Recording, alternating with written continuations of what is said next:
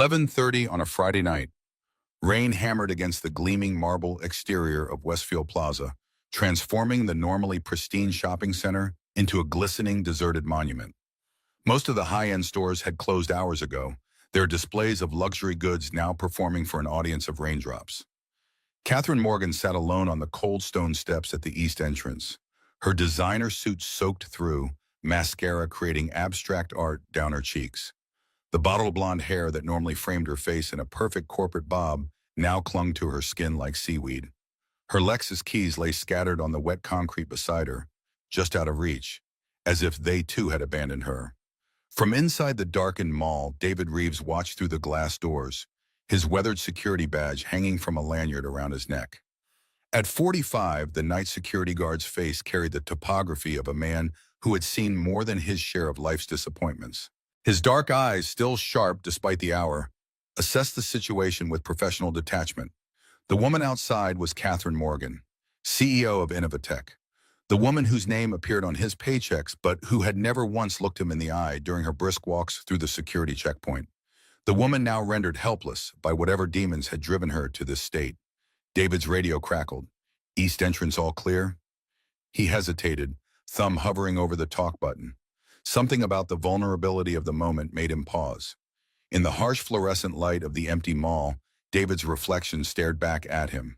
A man in a uniform too large for his frame, a ghost walking the corridors of other people's success. East entrance clear, he lied, then switched off the radio. The automatic doors hissed open as David stepped into the downpour. Rain immediately soaked through his uniform, but he barely noticed. Years of standing watch and all weather had made him immune to such discomforts. "Ms. Morgan," he said, his voice carrying over the rainfall, "I can give you a ride home." Catherine looked up, her bloodshot eyes struggling to focus. Recognition failed to register on her face. To her, he was just a uniform, not a person. The thought should have stung, but David was accustomed to invisibility. "My car," she slurred, gesturing vaguely toward the executive parking area. "I need to get home." "You're in no condition to drive," David said firmly. "I finish my shift in 15 minutes. Let me take you home." For a moment, pride battled with necessity in Catherine's eyes. Then her shoulders slumped in defeat. She nodded, a barely perceptible movement that seemed to cost her considerable effort.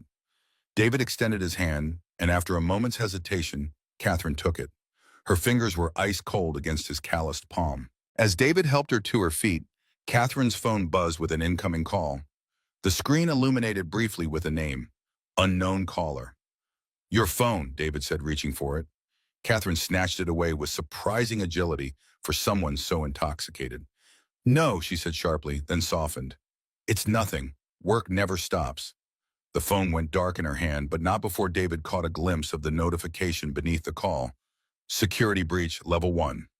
20 minutes later, David's ancient Honda Civic crawled through the rain-slicked streets of Oakwood's affluent Hillcrest neighborhood.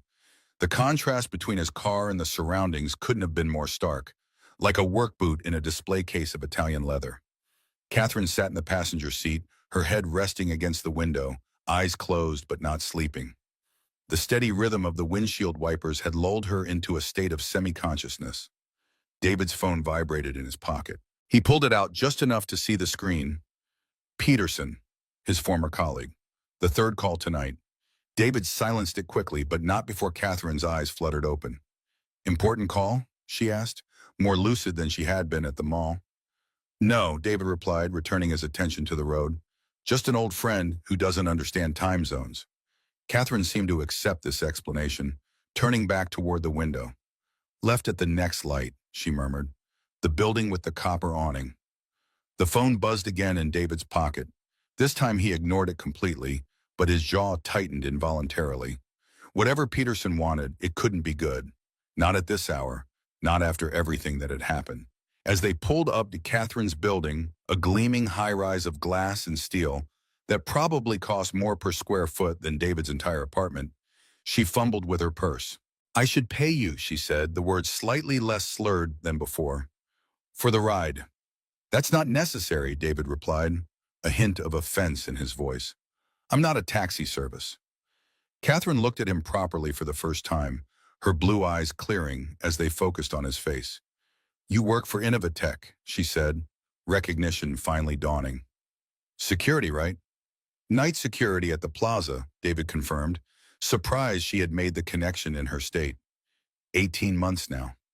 Something passed across Catherine's face, embarrassment perhaps, at not having recognized one of her own employees.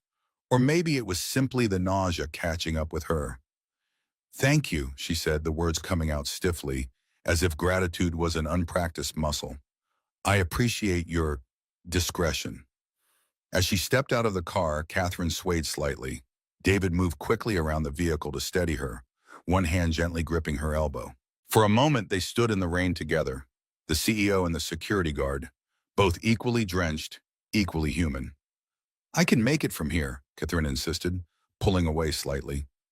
David hesitated. Are you sure? Catherine nodded, then reached into her purse and handed him a business card. If you ever need anything, she said, the standard executive line that usually meant nothing. David pocketed the card without looking at it. Good night, Ms. Morgan. As Catherine disappeared through the glass doors of her building, David's phone buzzed a third time. With a sigh, he answered it. Peterson, it's midnight. What do you want? The voice on the other end was urgent, tense. David, they found it. The vulnerability I warned them about. It's worse than we thought. David's blood ran cold. That's not my problem anymore, he said. But even as the words left his mouth, he knew it wasn't true. They're going to exploit it, Peterson continued, his voice dropping to a whisper. And when they do, Innovatech won't be the only one that suffers.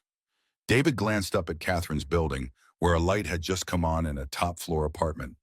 I can't get involved, he said firmly. I have Jason to think about. That's exactly why you should care, Peterson replied. This is bigger than corporate espionage now. This is about... David ended the call, his hand trembling slightly. The rain had intensified, drumming against the roof of his car like impatient fingers. He sat there for a long moment, caught between the past he'd left behind and the present he'd carefully constructed, a life held together by routine and necessity. Neither of them could have predicted how that rainy night would unravel everything they thought they knew about each other, or how the words security breach would change both their lives forever. The next Monday morning arrived with the kind of crisp October air that made everything feel possible. David Reeves stood in his tiny kitchen at 5:30 a.m., brewing coffee in a mug decorated with faded Star Wars characters. His apartment was small but meticulously organized, every surface bearing the mark of a man who found comfort in order. His son Jason sat at their second-hand table, already awake and hunched over what looked like a complex diagram drawn on the back of yesterday's newspaper. At 10 years old, Jason had inherited his father's analytical mind and his mother's artistic eye, a combination that produced the intricate schematics now sprawling across the kitchen table. Dad, why don't they make medicine that doesn't taste so bad? Jason asked without looking up from his drawing. I could design a delivery system that targets taste buds differently. David smiled as he watched his son work, a familiar ache spreading through his chest. Jason's intelligence was both a blessing and a constant reminder of what David had sacrificed. The career, the recognition, all the possibilities that had evaporated when he chose his son's welfare over professional vindication. Sometimes the most effective solutions aren't the most pleasant, David replied, setting a glass of water and 2 pills beside Jason's cereal bowl. But that doesn't mean we stop looking for better ways. Jason wrinkled his nose but dutifully swallowed the medication. The autoimmune condition that had appeared 2 years ago required strict management that cost more than David's previous health insurance had been willing to cover. Night security at Innovatech's Westfield Plaza wasn't glamorous, but it provided the comprehensive benefits Jason needed. David's phone buzzed with a text message from Jason's doctor. Another appointment had been scheduled, another specialist consulted, another bill that would stretch their budget to breaking point. As he drove Jason to school in their aging Honda, David couldn't shake the memory of Catherine Morgan sitting helpless in the rain, or Peterson's urgent call. The words security breach kept replaying in his mind, intertwined with memories of code and algorithms he'd spent years trying to forget. At Innovatech's gleaming headquarters, the morning carried the usual buzz of a corporate Monday. Catherine Morgan arrived at precisely 8 o'clock a.m., her composure fully restored. Designer heels clicked against marble floors as she crossed the lobby, employees nodding respectfully as she passed. If anyone had seen her intoxicated state 3 nights ago, there was no indication in her perfectly assembled exterior. Scott Palmer, the chief operating officer, intercepted her near the elevators. At 48, Scott represented Innovatech's old guard, the executives who had built the company before Catherine's arrival 5 years ago and who had watched her rapid rise with barely concealed resentment. "Catherine, we need to discuss the security concerns that came up over the weekend," Scott said, his voice carrying the weight of someone who believed problems should be solved through proper channels. He clutched a leather portfolio embossed with the company logo, each document inside arranged according to corporate protocols. "The vulnerability in Neuralink is more extensive than our team initially assessed. The board is concerned about potential liabilities if this goes public before the product launch next month." Catherine nodded absently, but her mind was elsewhere. The fragments of memory from Friday night were starting to coalesce. The security guard who had driven her home, the notification on her phone, the pounding headache that had greeted her Saturday morning, along with an urgent message from the cybersecurity team. "Have we identified the source of the vulnerability?" she asked, stepping into the elevator. Scott followed, pressing the button for the executive floor. "Not yet. Johnson thinks it might be a fundamental flaw in the neural interface protocol. If that's the case, we're looking at months of delays, not weeks." The elevator doors closed, sealing them in sleek, silent isolation as they ascended to the top floor. Catherine's reflection in the polished metal showed none of the turmoil churning beneath her surface. Neuralink was supposed to be Innovatech's breakthrough, a neural interface that would revolutionize how humans interacted with technology. The product launch was scheduled to coincide with the company's IPO. A security flaw now could sink everything she'd worked for. "Schedule an emergency meeting with the cybersecurity team for this afternoon," Catherine said as the elevator doors opened, "and get me everything we have on this vulnerability." As Scott departed toward his office, Catherine's assistant met her with a coffee and a tablet displaying her schedule. "Ms. Morgan, you have the investor call at 9, strategy meeting at 11, and lunch with the board at 1. "Cancel lunch with the board," Catherine replied, taking the coffee. "Tell them I'm working directly on the Neuralink situation." Alone in her office, a minimalist space of glass and steel that offered a panoramic view of the city, Catherine finally allowed her professional mask to slip. She sank into her chair, the weight of potential disaster settling on her shoulders like a physical presence. Neuralink wasn't just another product. It represented Innovatech's future and her own. As the company's first female CEO, Catherine had faced skepticism at every turn. The successful launch of Neuralink would silence her critics permanently. Its failure would confirm every doubt, every whispered suggestion that she had been promoted beyond her capabilities. Catherine opened her secure email, scanning through the technical reports from the weekend. The terminology was dense, filled with jargon that stretched the limits of her technical understanding. But one thing was clear. The vulnerability was severe, potentially allowing unauthorized access to users' neural data. Her phone buzzed with a text from an unknown number. "Check your personal email, by P." Catherine frowned, then opened her personal account on her tablet. A new message waited in her inbox, sent from an anonymous address. The vulnerability in Neuralink was identified 18 months ago by a former employee of Datrix Systems. Innovatech's current security team doesn't have the expertise to fix it before launch. "Find David Reeves, he knows." The name hit Catherine like a physical blow. David Reeves, the security guard from Friday night. The man who had witnessed her at her lowest, most vulnerable moment. With trembling fingers, Catherine pulled up the employee directory, searching for his name. David Reeves, night security, Westfield Plaza location, employed for 18 months. Prior employment history, incomplete. There was something about him that had seemed out of place. The way he had organized her scattered belongings in the car, the careful precision of his movements, the intelligence in his eyes that seemed at odds with his uniform. Catherine picked up her phone and dialed the head of human resources. "I need the complete employment file for David Reeves, night security at Westfield. I want everything, background check, previous employment, education, everything." An hour later, Catherine stared at the file on her desk, pieces falling into place with disturbing clarity. David Reeves, master's degree in computer science from MIT. former lead security architect at Datrix Systems, Innovatech's main competitor. Resigned abruptly 2 years ago during a corporate restructuring. No official employment until joining Innovatech as a security guard 18 months ago. The disconnect between his qualifications and current position was jarring. Why would a top-tier security architect take a job as a night guard? And why at Innovatech, of all places? Catherine's intercom buzzed. Ms. Morgan, the cybersecurity team is assembled in conference room A. Tell them I'll be there in 10 minutes, she replied, still staring at David's file. The cybersecurity meeting confirmed her worst fears. The vulnerability in Neuralink's protocol could potentially allow a sophisticated attacker to extract sensitive neural data from users, essentially reading their thoughts. The team's proposed solutions would require months of redevelopment, effectively killing their launch timeline. There has to be another way, Catherine insisted, pacing the length of the conference room. Something we're missing. Johnson, the head of cybersecurity, spread his hands in a gesture of defeat. This isn't a simple patch job, Ms. Morgan. The vulnerability is embedded in the fundamental architecture of the neural interface. We'd need someone who understands both the hardware and the encryption protocols at a level none of us do.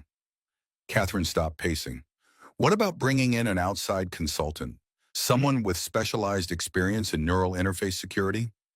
With all due respect, Scott interjected, finding someone with that specific expertise who isn't already working for our competitors would be nearly impossible. And bringing in an outsider this close to launch creates its own security risks. Catherine met his gaze steadily. I may have someone in mind.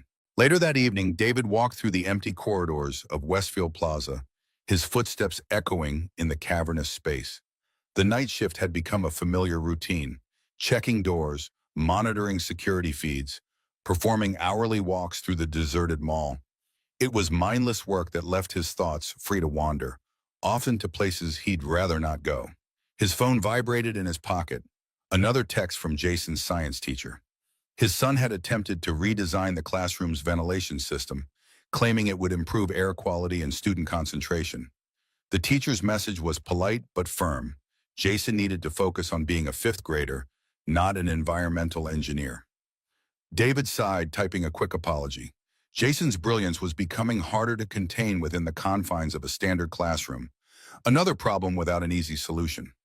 As he rounded the corner toward the food court, David noticed a figure sitting alone at one of the tables. His hand instinctively moved toward the taser on his belt before recognition dawned.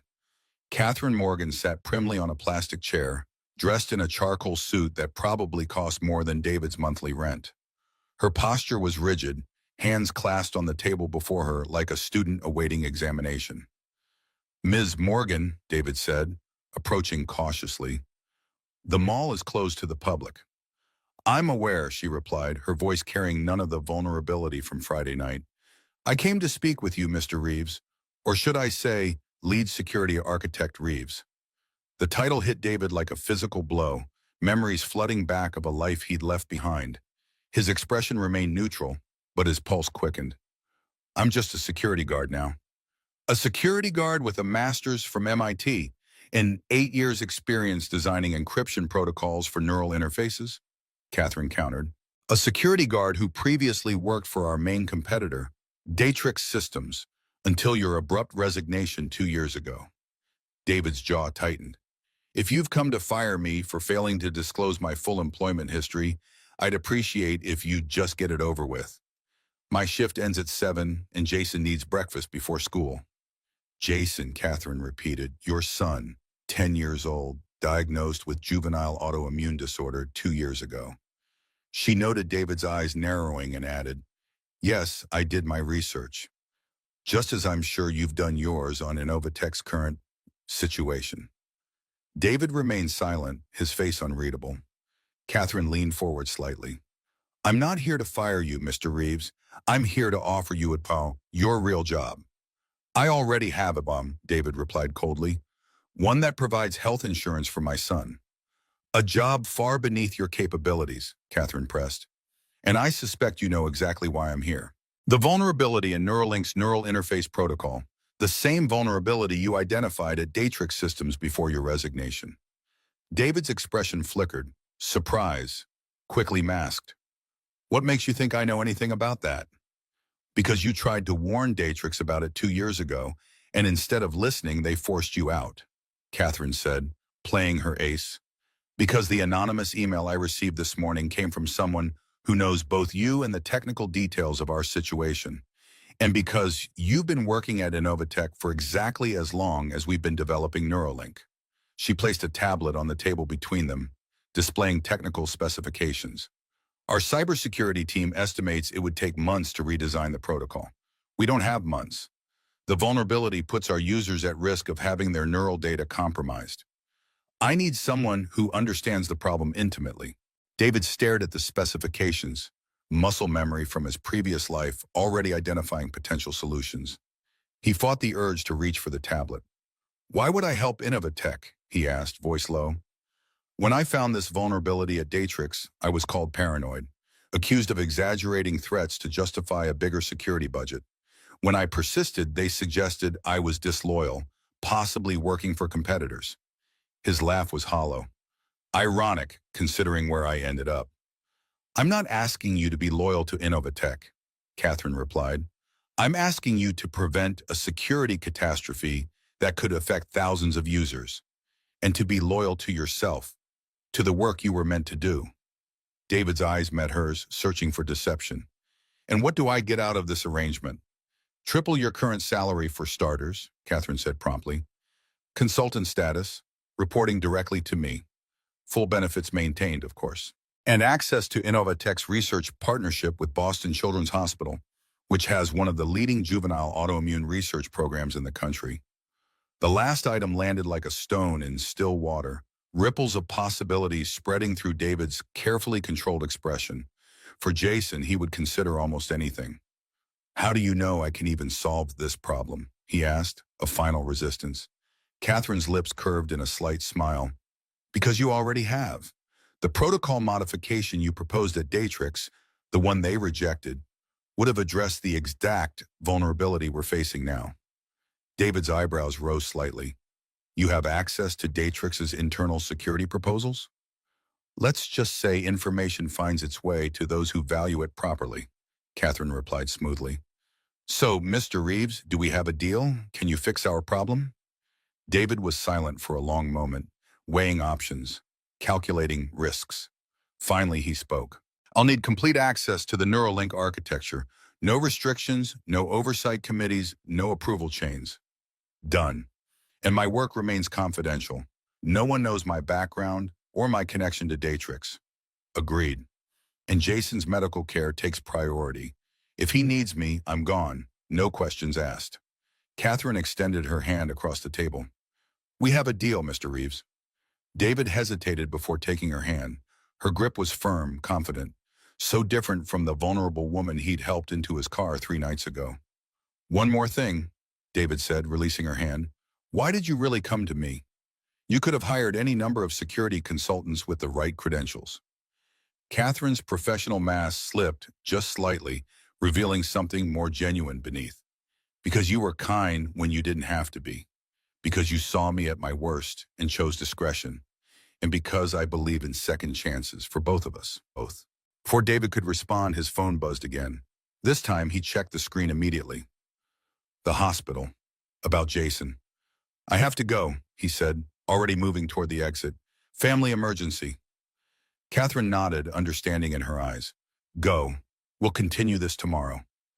As David rushed toward the parking garage, Peterson's words from Friday night echoed in his mind. This is bigger than corporate espionage now. The weight of the decision he'd just made pressed against his chest, constricting his breathing. He was stepping back into a world he'd sworn to leave behind, making deals with the very industry that had destroyed his career. For Jason's sake, he told himself. Always for Jason. But as he started his car, David couldn't shake the feeling that he was missing something crucial. That Catherine Morgan's appearance in his life was not the coincidence it seemed. The night guard and the CEO, now bound together by secrets neither fully understood. And somewhere in the digital shadows, unseen eyes watched them both, waiting for the perfect moment to strike. The pediatric ward of Oakwood Memorial Hospital hummed with the quiet efficiency of night shift operations. David sat beside Jason's bed, watching his son's chest rise and fall with each breath. The asthma attack had been severe, triggered by a combination of stress and the changing season, but the doctors had stabilized him quickly. Jason slept now, his face peaceful despite the oxygen tube beneath his nose. In sleep, he looked younger than his 10 years, vulnerable in a way that twisted David's heart. "Mr. Reeves?" David looked up to see Dr. Winters, Jason's specialist, standing in the doorway. The doctor's expression was carefully neutral, but David had become adept at reading the subtle cues of medical professionals. Something was wrong. "Could we speak outside?" Dr. Winters asked, gesturing toward the hallway. With a final glance at Jason, David followed the doctor out of the room. The fluorescent lights of the hospital corridor cast harsh shadows across both their faces. "Jason's condition is progressing more rapidly than we anticipated," Dr. Winters said, keeping his voice low. "The new treatment protocol isn't producing the results we hope for." David's throat tightened. "What are our options?" "There's an experimental treatment being developed at Boston Children's. Early results are promising for cases like Jason's." Dr. Winters hesitated. "However, it's still in clinical trials. Insurance won't cover it, and the out-of-pocket costs are substantial." "How substantial?" David asked, already knowing the answer would be beyond his reach. "The initial treatment course would be approximately $175,000. The figure hung in the air between them, an impossible sum. "I understand this is difficult news," Dr. Winters continued. "There are some patient assistance programs we can apply for, but I wanted you to have all the information." David nodded mechanically, thanking the doctor while his mind raced through calculations, possibilities, scenarios, none of which ended with him finding that kind of money. Except one. Catherine Morgan's offer now took on new significance. The consultant position, the connection to Boston Children's Hospital, the chance to give Jason access to cutting-edge treatment. As he returned to Jason's bedside, David made his decision. Whatever game Catherine was playing, whatever secrets lay beneath the surface of her offer, he would accept the risk. For Jason, he would do anything, even step back into the shadows of his past. Morning light filtered through the hospital blinds when David's phone vibrated with a text message from an unknown number. "Ready to begin? Access credentials await. CM." David looked at his sleeping son, then typed his reply. "I'm in, but on my terms." The response came immediately. "Of course, your office is ready." Innovatech's research facility occupied the top 3 floors of their downtown headquarters. Unlike the sleek, open design of the corporate offices below, the research division was a labyrinth of secure labs, server rooms, and specialized workspaces. The air hummed with the sound of powerful computers and cooling systems. David stood in the private office Catherine had assigned him, taking in the state-of-the-art equipment, the panoramic view of the city, and the absolute isolation from the rest of the team. A deliberate choice, he suspected, keeping the night guard turned consultant away from curious eyes. The door opened and Catherine entered, dressed in a navy suit that conveyed authority without ostentation. "How's your son?" she asked, closing the door behind her. "Stable," David replied, surprised by the genuine concern in her voice. "They're releasing him this afternoon." Catherine nodded. "I've arranged for a car service to take him home when he's ready. I assume you'll want to get started right away." David gestured to the computers. "I already have. Your security team did a decent job documenting the vulnerability, but they've missed the deeper issue." "Which is?" "The neural interface doesn't just have a vulnerability, it has a backdoor."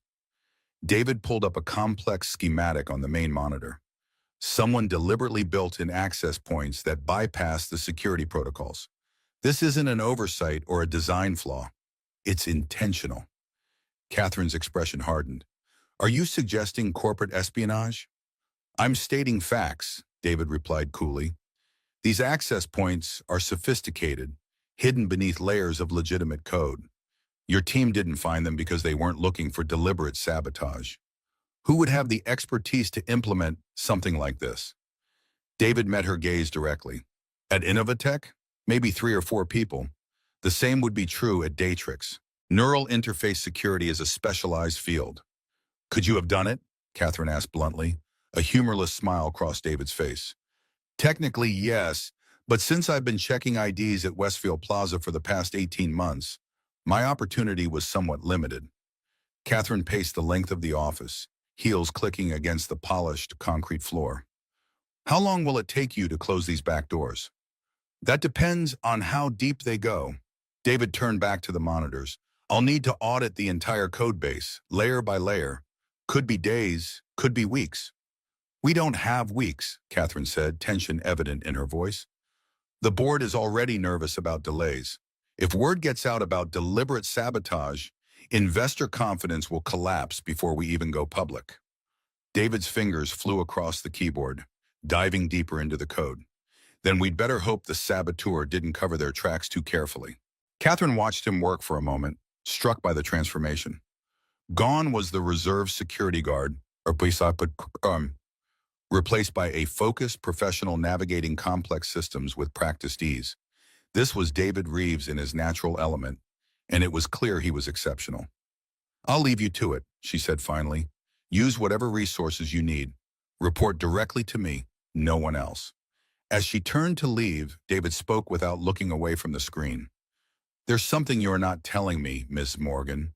Something about why you really sought me out. Catherine paused at the door, her back to him. Focus on finding the back doors, Mr. Reeves, one problem at a time. After she left, David leaned back in his chair, processing what he'd just discovered. The back doors in Neuralink's protocol were sophisticated but familiar, almost like looking at his own handwriting from years ago. The techniques, the approach, the subtle signatures in the code. He pulled out his phone and dialed Peterson's number. I need to know exactly what you know about Innovatech's security breach, David said when Peterson answered. And I need to know now. Peterson's voice was tense. You're working with them now, aren't you? I wondered how long it would take. Cut the cryptic warnings, Peterson. I'm trying to close security holes that could compromise neural data for thousands of people. Those security holes go deeper than you realize, Peterson replied. What did Morgan tell you about Project Nexus? David frowned. Nothing. What's Project Nexus? A long pause. Meet me tonight, Riverside Park, near the boathouse. 8 p.m. Don't tell anyone, especially not Morgan. The line went dead, leaving David with more questions than answers. He turned back to the monitors, diving deeper into Neuralink's architecture, searching for clues. The code spoke to him in a language more familiar than his mother tongue, logical, precise, revealing patterns that others would miss. By late afternoon, he had mapped most of the back doors, confirming his initial suspicion. This was professional work, executed by someone with intimate knowledge of both neural interfaces and Innovatech's security protocols. An alert popped up on his phone. Jason had been discharged from the hospital. As promised, Catherine had arranged a car service to take him home. David texted his neighbor, Mrs. Chen, asking if she could stay with Jason until he returned. As he prepared to leave for his meeting with Peterson, David copied key portions of the code to his secure tablet. Something about this situation felt increasingly dangerous. The deliberate backdoors, Peterson's urgent warnings, Catherine's selective transparency. He was missing a crucial piece of the puzzle, and he suspected the answers might shatter the fragile new arrangement he'd made with Catherine Morgan. But for Jason's sake, he needed to know exactly what he'd gotten himself into. The autumn sun was setting as David left Innovatech's headquarters, casting long shadows across the plaza. He didn't notice the dark sedan that pulled away from the curb after him, nor the camera that tracked his departure. In the digital shadows, the first moves of a dangerous game had been made, and neither David nor Catherine fully understood the rules, or the true identity of their opponent. Riverside Park was nearly deserted at 8 p.m., the cooling October air driving most visitors indoors. David walked along the path toward the boathouse, senses alert for any sign of surveillance. Years in security had taught him to trust his instincts, and right now every instinct warned of danger. Peterson was already waiting, a lean figure in a dark jacket, tension evident in his posture. At 43, James Peterson had the haunted look of a man carrying too many secrets for too long. They had worked together at Datrix for 5 years, building security systems designed to be impenetrable. You're taking a risk coming here, Peterson said by way of greeting. Morgan will have you watched. I can handle Catherine Morgan, David replied. What I can't handle is being kept in the dark while trying to fix potentially catastrophic security issues. What's Project Nexus, and how does it connect to the backdoors in Neuralink? Peterson glanced around before responding, his voice low. Project Nexus was a classified government initiative to develop neural interface technology for intelligence applications. Both Datrix and Innovatech were contractors, competing for the main development rights. David's eyes narrowed. Intelligence applications? You mean surveillance? Among other things, Peterson nodded. The ability to extract thoughts directly from a target's mind, to implant suggestions, to monitor neural patterns without detection. The perfect espionage tool. That's theoretical at best, David argued. Current neural interface technology isn't sophisticated enough for that kind of application. It wasn't, Peterson agreed, until someone made a breakthrough about 2 years ago. Someone who understood both the hardware and encryption protocols at a level nobody else did. The implication hung in the air between them. I never worked on anything like that, David said firmly. My research at Datrix was focused on security, on protecting users from exactly this kind of intrusion. I know, Peterson replied. That's why they forced you out. Your security protocols would have prevented the backdoor access they needed for Project Nexus. When you identified the vulnerability, you became a liability. David processed this information, pieces falling into place. And now Innovatech has the same vulnerability in Neuralink. You think they're also involved with Project Nexus? I don't think I know, Peterson said grimly. After you left Datrix, the project shifted to Innovatech. Catherine Morgan personally oversaw the transition.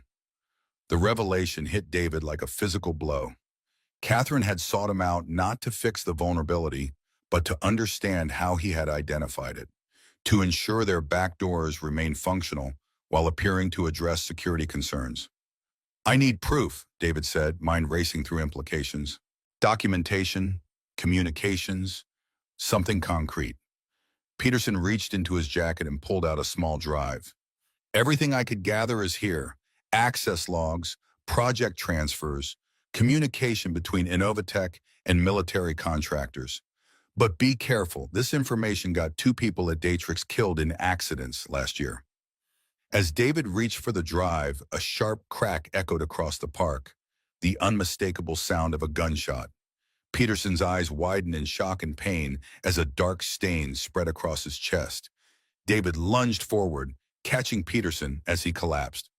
James, take it, Peterson gasped, pressing the drive into David's hand. Warn them, not just corporate danger to everyone. Another shot rang out, splintering the wooden bench beside them. David dragged Peterson behind a concrete planter, searching desperately for the shooter. Stay with me, James, David urged, applying pressure to the wound. Who's behind this? Who else knows?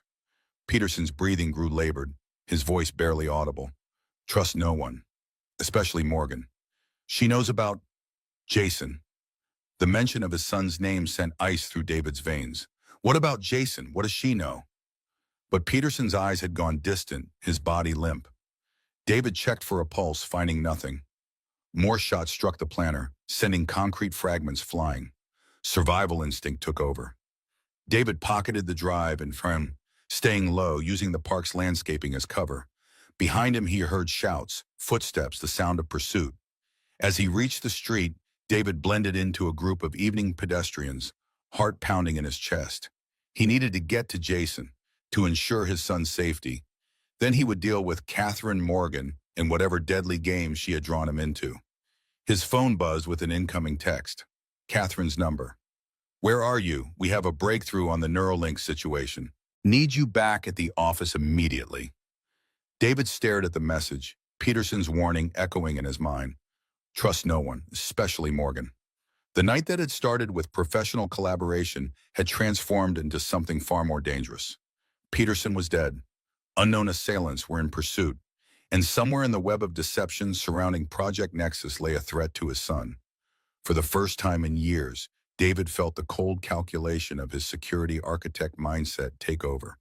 Assessing threats, planning countermeasures, identifying vulnerabilities. Only now, the system he needed to protect wasn't code or data. It was his life, and Jason's. He typed a response to Catherine. On my way. Sometimes to uncover the truth, you had to step deeper into the darkness. And David Reeves was prepared to descend as far as necessary to protect what mattered most, even if it meant confronting the woman who now held both their futures in her perfectly manicured hands. The game had changed. The stakes were life and death, and the true nature of Catherine Morgan's interest in him was about to be revealed, whether she intended it or not. Hidden Potential Part 2. Challenges and Division. Innovatech's headquarters stood like a gleaming sentinel against the night sky, its glass facade reflecting the city lights in fractured patterns. David approached the building with calculated caution, every sense heightened after Peterson's murder. The drive containing classified information felt impossibly heavy in his pocket, a digital Pandora's box that had already cost one life tonight. The security guard at the main entrance nodded to David, recognition flickering in his eyes. "Ms. Morgan said to send you up immediately, Mr. Reeves. She's waiting in the research lab." David forced a casual nod, maintaining his cover while his mind raced through scenarios. If Catherine was connected to Peterson's death, walking into the building might be walking into a trap, but staying away would alert her to his suspicions and potentially endanger Jason. The elevator ascended swiftly to the research floor, each passing second allowing David to compose himself, to bury the horror of watching Peterson die beneath a mask of professional detachment. By the time the doors opened, he had his expression under perfect control, a skill honed through years of high-stakes security negotiations. Catherine stood at the main console in the otherwise empty lab, her blonde hair pulled back in a severe ponytail, her face illuminated by the blue glow of multiple screens. She looked up as David entered, relief visibly washing over her features. "There you are," she said, gesturing him over. "We've identified something unusual in the neural interface code. I thought you should see it immediately." David approached cautiously, maintaining a careful distance. "What did you find?" Catherine tapped several keys, bringing up a segment of code that David recognized immediately, part of the backdoor architecture he'd been mapping earlier. "This section contains an embedded protocol that activates only when specific neural patterns are detected," Catherine explained. "Our team initially missed it because it's disguised as a routine error handling function, but it's actually a sophisticated monitoring system." David studied the code, genuine professional interest temporarily overriding his suspicion. The implementation was elegant, almost artistic in its complexity, and disturbingly familiar. "Who found this?" he asked, keeping his voice neutral. "I did," Catherine replied, a hint of pride in her voice. "Before I became CEO, I headed Innovatech's encryption division. I still keep my hand in when something interesting comes up." This revelation added another layer to the puzzle. Catherine Morgan, CEO, technical expert, possibly connected to classified intelligence projects, and potentially involved in Peterson's murder. The woman was becoming more dangerous and more enigmatic by the hour. "It's impressive work," David acknowledged, referring to the code. "Whoever designed this knew exactly what they were doing." "That's what concerns me," Catherine said, turning to face him fully. "Only a handful of people in the world have this level of expertise in neural interface security. You're one of them." The accusation hung in the air between them, unspoken but clear. David met her gaze steadily, refusing to be intimidated. "If you're suggesting I had something to do with this, you're mistaken," he said coldly. "I haven't worked on neural interfaces since leaving Datrix 2 years ago. As you well know, I've been checking IDs and watching security monitors." Catherine studied him for a long moment, as if trying to read the truth in his eyes. "Where were you tonight, David? When I called, you didn't answer." The use of his first name, intimate, unexpected, caught him off guard. "I had personal business to attend to, concerning Jason." It wasn't technically a lie, but the omission of Peterson's death felt like one. David watched Catherine's reaction carefully, looking for any sign that she knew about the meeting, about the shooting. "Is everything all right with your son?" she asked, her concern appearing genuine. "He's stable," David replied, maintaining his guard. "The hospital discharged him this afternoon. Thank you for arranging the car service." Catherine nodded, then turned back to the monitors. "So what do you make of this code? Can you modify the neural interface to eliminate these backdoors without compromising functionality?" "Possibly," David said, stepping closer to examine the screens. "But I'd need to understand the original architecture better. Who designed the core neural interface protocol for Neuralink? Dr. Eliza Chen, Catherine answered. She joined us from Stanford's neural engineering lab about 3 years ago. Brilliant, but somewhat unconventional in her approaches. I'd like to speak with her, David said, already formulating his next move. If Dr. Chen had designed the original architecture, she might know who had implemented the backdoors, and potentially their connection to Project Nexus. Catherine hesitated. Dr. Chen is currently on sabbatical, family emergency in Singapore. She's been gone for about 2 weeks and isn't expected back until after the product launch. The timing seemed suspiciously convenient. Do you have her contact information? I could speak with her remotely. I'll see what I can arrange, Catherine said, her tone suggesting the conversation on that topic was over. In the meantime, I've set up a secure workstation for you in the auxiliary lab, complete isolation from our main network, as you requested. As they walked through the empty research floor, David's mind worked furiously, processing everything he'd learned. Peterson's warning, the backdoors in the neural interface, Catherine's technical background, Dr. Chen's convenient absence, pieces of a puzzle that didn't quite fit together. You never mention your background in encryption, David remarked casually. That seems relevant to our current situation. Catherine's steps didn't falter. There are many things we haven't mentioned to each other, Mr. Reeves, like why a top security architect would take a position as a night guard, or why you've been secretly researching Innovatech's neural interface patents for the past 18 months. David stopped walking, the revelation landing like a physical blow. You've been monitoring me. Catherine turned to face him, her expression unreadable. Just as you've been investigating us. Let's not pretend either of us came to this arrangement with clean hands or complete transparency. For a moment they stood in silent confrontation, the air between them charged with unspoken accusations and dangerous secrets. I think it's time we put our cards on the table, David said finally. What exactly do you want from me, Karen? Because fixing security vulnerabilities seems like only part of the agenda. What I want is to protect my company and its users, she replied, her voice hardening. Neuralink represents a technological breakthrough that will change how humans interact with machines.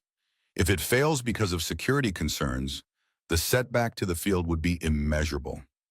In Project Nexus? David asked bluntly, watching her reaction closely. How does that factor into your concerns? Catherine's expression flickered, surprise quickly masked by caution. Where did you hear that name? Does it matter? It matters a great deal, she said quietly, especially if you heard it from James Peterson. The confirmation that she knew Peterson sent a chill down David's spine. And if I did?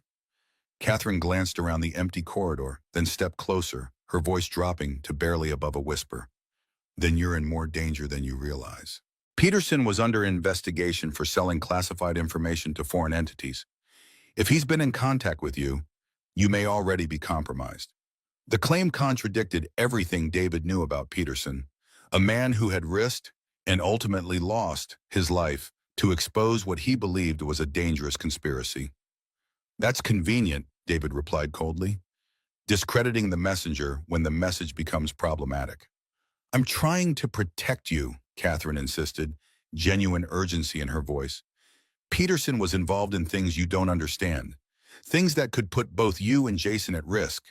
The mention of his son again, a pressure point Catherine seemed all too aware of. David's jaw tightened.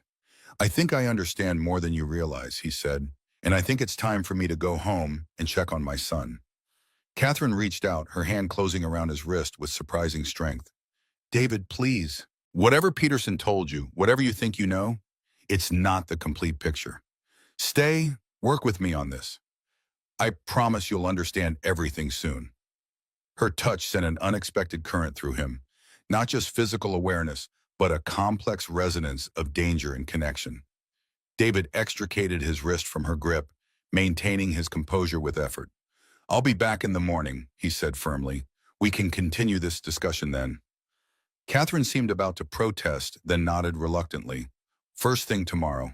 And David, be careful tonight. There are players in this situation who won't hesitate to eliminate perceived threats. The warning could have been genuine concern or a veiled threat. In the shadowy world he'd re-entered, The line between ally and enemy had blurred beyond recognition. As David left the building, his phone vibrated with a text from Mrs. Chen. Jason asking when you'll be home. Fever returned, not emergency but concerning. His heart rate accelerated. Jason's condition often worsened under stress, and the day's events would have been stressful even for an adult. David quickened his pace, scanning the street for any sign of surveillance or threat. The drive containing Peterson's evidence felt like a burning coal in his pocket. He needed to review its contents, to understand exactly what he'd stumbled into, but not at his apartment, not anywhere that might put Jason at risk. For now, his priority was his son. The deadly game of secrets and lies would have to wait until morning. David's apartment building stood in stark contrast to Catherine's luxury high-rise, a modest structure in a working-class neighborhood where security consisted of a temperamental front door lock and hallway lights that worked most of the time. He took the stairs instead of the unreliable elevator, mind still processing the night's revelations. Mrs. Chen met him at the door to his apartment, concern etched in her kind face. Jason's fever is 101.2, she reported quietly. He took his medication an hour ago and finally fell asleep about 20 minutes ago. Thank you for staying with him, David said gratefully, handing her the payment they'd agreed upon. I don't know what we'd do without you. The elderly woman waved away his words. Jason is a good boy, very smart, always teaching me interesting things. She hesitated, then added, he was worried about you tonight, said you were in danger. Fever dreams, maybe? A cold feeling settled in David's stomach. Probably just anxiety from the hospital stay, he replied, keeping his voice casual.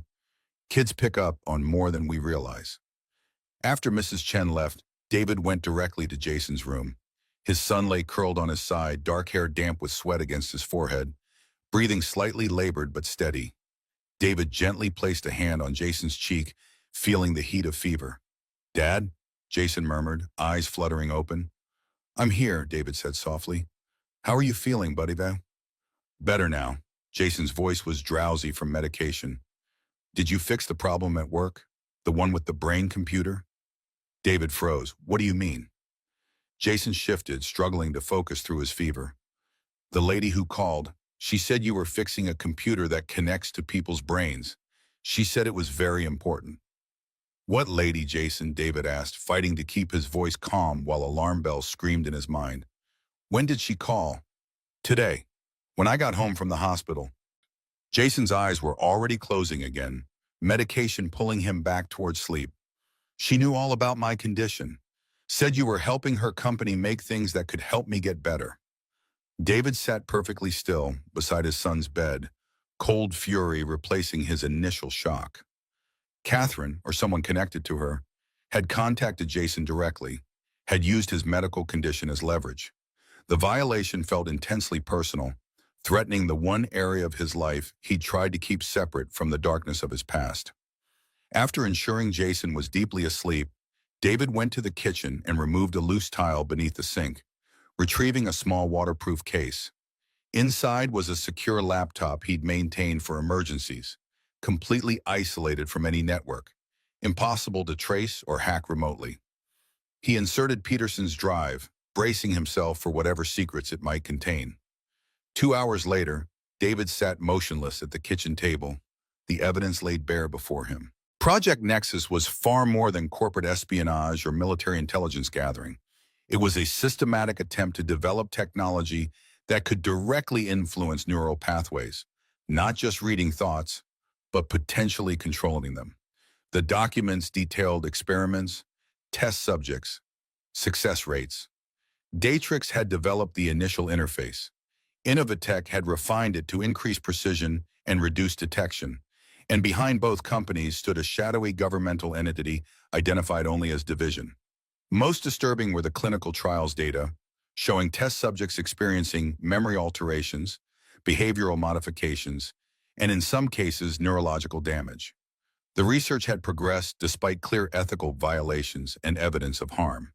And there, in the project leadership documentation, was Catherine Morgan's name, listed as technical advisor on neural encryption.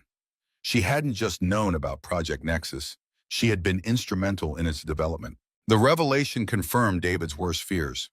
Neuralink wasn't simply a consumer product with security flaws. It was potentially a Trojan horse designed to collect neural data from users while establishing pathways for future influence. And he had been brought in not to fix security vulnerabilities, but to assess whether he might expose the true purpose of the technology. David closed the files and removed the drive, returning it to its secure hiding place. Then he checked on Jason once more, relieved to find his fever had reduced slightly. Standing in the doorway of his son's room, David made his decision. He would continue working with Catherine, would maintain the pretense of cooperation, but his true mission now was to gather evidence and expose Project Nexus before Neuralink could be released to the public. The risks were enormous, but the alternative was unthinkable. His phone buzzed with a text message. Progress on our project? Need update. CM. Even at this hour, Catherine was monitoring his activities, applying subtle pressure. David typed a careful response. Working on solution. Will demonstrate tomorrow, 9 a.m. The reply came immediately. Looking forward to it. Stay safe. The concern in those final two words might have seemed genuine if David hadn't just spent hours reading about Catherine's involvement in experimental neural manipulation. Now they felt like a threat wrapped in solicitude, a reminder that he was being watched. As he prepared for bed, exhaustion finally catching up with him, David's thoughts returned to the moment in the corridor when Catherine had grasped his wrist. Despite everything he now knew about her, there had been something in her touch, in her eyes, that suggested complexity beyond simple deception. Catherine Morgan was dangerous, that much was certain. But whether she was a willing architect of Project Nexus or a participant with her own hidden agenda remained unclear. Tomorrow would bring them face to face again, each armed with secrets and suspicions. And somewhere in that dangerous dance of half-truths lay the key to stopping a technology that could fundamentally threaten human autonomy. David's last thought before sleep claimed him was of Peterson's final warning. Trust no one, especially Morgan. She knows about Jason. The game had only just begun. Morning arrived with the harsh buzz of David's alarm. He'd slept barely 4 hours, but adrenaline and determination pushed him into immediate alertness. Jason's fever had broken during the night. His condition improved enough that he insisted on going to school. I have a science presentation today, he explained earnestly over breakfast, about neural networks. I can't miss it. The coincidence sent a chill through David. Neural networks? When did you start studying those? Jason shrugged, pushing cereal around his bowl. A couple weeks ago, Ms. Wilson suggested it for my independent project. Said it matched my interest. David made a mental note to investigate Jason's teacher more thoroughly. After the revelations of the previous night, coincidences felt increasingly like coordination. Dad, are you okay? Jason asked, his perceptive eyes catching David's tension. You seem worried. David forced a smile. Just thinking about work, new project, lots of pressure. Is it for the brain-computer lady? Jason asked innocently. Something like that, David replied, maintaining his casual tone while his mind raced. Hey, how about we go to the Science Museum this weekend? They have a new exhibit on artificial intelligence. Jason's face lit up, his illness momentarily forgotten in the excitement of their shared interest. Really? Can we go to the robotics demonstration too? Absolutely, David promised, treasuring the moment of normalcy amid the gathering storm. It's a date. After walking Jason to school, double-checking that he had all his medications, David headed to Innovatech with renewed purpose.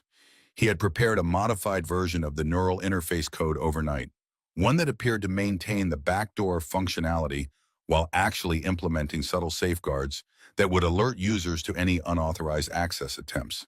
It was a dangerous gambit. If Catherine or her technical team discovered his deception, the consequences could be severe. But it was the only way to buy time while he gathered more evidence about Project Nexus. The Innovatech lobby hummed with morning activity as David crossed to the executive elevators, keenly aware of the curious glances from employees who wondered who this unfamiliar man with high-level access might be. Scott Palmer intercepted him near the elevator bank, his imposing figure blocking David's path with deliberate authority. At close range, Palmer's expensive suit and carefully maintained appearance couldn't disguise the calculated assessment in his eyes. You must be the consultant Catherine brought in, Palmer said, extending his hand. Scott Palmer, Chief Operating Officer. David shook the offered hand, noting the excessive pressure Palmer applied. A primitive dominance display. David Reeves, I'm assisting with some technical aspects of the Neuralink project. Interesting, Palmer replied, maintaining his position to prevent David from reaching the elevators. Catherine hasn't shared much about your background or qualifications. Rather unusual for such a critical project. I believe Ms. Morgan values results over credentials, David said evenly. Speaking of which, I have a meeting with her in 5 minutes. Palmer's smile didn't reach his eyes. Of course, I wouldn't want to keep you, but perhaps we could schedule some time to discuss your insights on the project. I like to stay informed about all aspects of operations. The request was framed as collegial interest, but David recognized it for what it was. Surveillance, information gathering. Palmer was either suspicious of David's sudden appearance or positioning himself in the corporate power structure. I'd be happy to meet once I've completed my initial assessment, David replied diplomatically. Ms. Morgan can coordinate our schedules. Palmer nodded, stepping aside with reluctance that bordered on insubordination. I'll look forward to it. Welcome to Innovatech, Mr. Reeves. As the elevator doors closed between them, David filed the interaction away for further analysis. Palmer represented another variable in an already complex equation, possibly connected to Project Nexus, possibly just a territorial executive protecting his domain. Catherine was waiting in the secure lab, reviewing data on multiple screens with intense concentration. She wore a charcoal suit that emphasized her authority, while her hair was arranged in a more relaxed style than the previous day. Small inconsistencies that might have been meaningless or might have been calculated to put him at ease. You're late, she said without looking up. Unexpected meeting with Scott Palmer in the lobby, David replied, observing her reaction closely. Catherine's fingers paused momentarily on the keyboard. What did Scott want? To establish dominance primarily, David said, moving to his workstation, and to gather information about my role here. A hint of a smile touched Catherine's lips. Accurate assessment. Scott doesn't appreciate variables he can't control. She turned to face him fully. Like you. David met her gaze steadily. I'm not here to disrupt your corporate hierarchy, Catherine. I'm here to fix a security problem. Are you? She asked quietly. Because our conversation yesterday suggested you might have broader concerns. Project Nexus, for instance. The direct acknowledgement surprised him. David had expected continued deflection, not confrontation. He decided to match her directness. Project Nexus represents a fundamental ethical breach in neural interface technology, he said, watching her carefully. Using Neuralink as a delivery system for neural monitoring and potential influence without user consent isn't just illegal, it's unconscionable. Catherine's expression remained perfectly composed, but David detected a slight increase in her breathing rate, a tightening around her eyes. That's a serious accusation, David. One that could be dangerous to make without substantial evidence. Like the evidence James Peterson gathered before he was murdered last night? The words hung in the air between them, a direct challenge that couldn't be withdrawn or ignored. David had just revealed his knowledge of Peterson's death, and potentially his possession of the incriminating drive. Catherine's reaction would tell him everything he needed to know about her involvement. For several seconds, she remained completely still, her expression unreadable. Then, unexpectedly, relief seemed to wash over her features. Thank God, she whispered, the corporate mask slipping to reveal something raw beneath. You know, before David could process this response, Catherine moved to the door and engaged an additional security lock, then returned to her workstation and activated what appeared to be a signal jammer. We don't have much time, she said urgently, her voice lower now. If Peterson contacted you, then you're already on their radar. The same people who killed him will target you next. David maintained his guard, suspicious of this apparent revelation. And who exactly are they, Catherine? Because Peterson's evidence points directly to Innovatech, and to you personally. Catherine closed her eyes briefly, tension visible in every line of her body. I know how it looks. I can't deny my involvement in the early stages of Project Nexus. But the project that exists now is not what I signed up for. Explain, David demanded, unwilling to accept vague assurances. Project Nexus began as a defensive technology, Catherine said, her words coming faster now.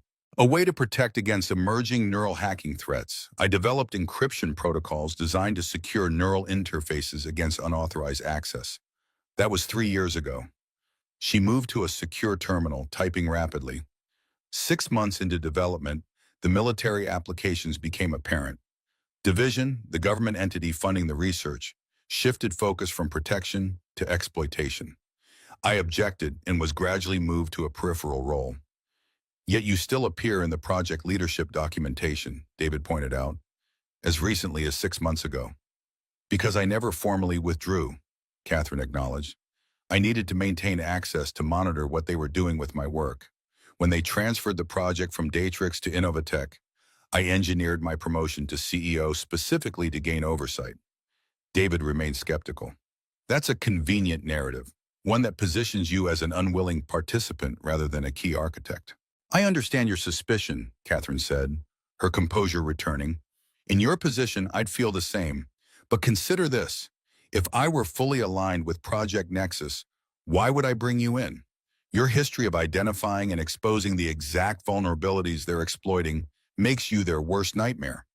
The question was logical, forcing David to reconsider his assumptions. Perhaps to assess how much I know, to neutralize a potential threat. Or perhaps because I need someone with your expertise to help me stop them, Catherine countered. Someone who has demonstrated both the technical skills and the ethical framework to recognize why this technology can't be allowed to proceed. She pulled up a secure file on her terminal. This is the current iteration of Project Nexus, developed without my input or approval. The neural influence capabilities go far beyond what I believe possible. They're not just monitoring thoughts. They're testing methods to implant them. David examined the technical specifications with growing horror.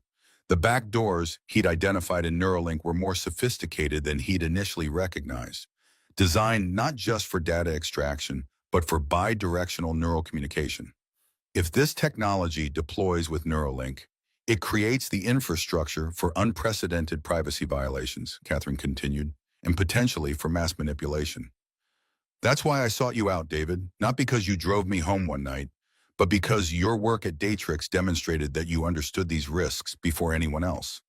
The scenario she presented was plausible, perhaps even likely, but years in security had taught David to verify, never to trust based on words alone. If what you're saying is true, he said carefully, then you're taking an enormous risk by confiding in me. Why now? Why not when we first met? Catherine's expression hardened.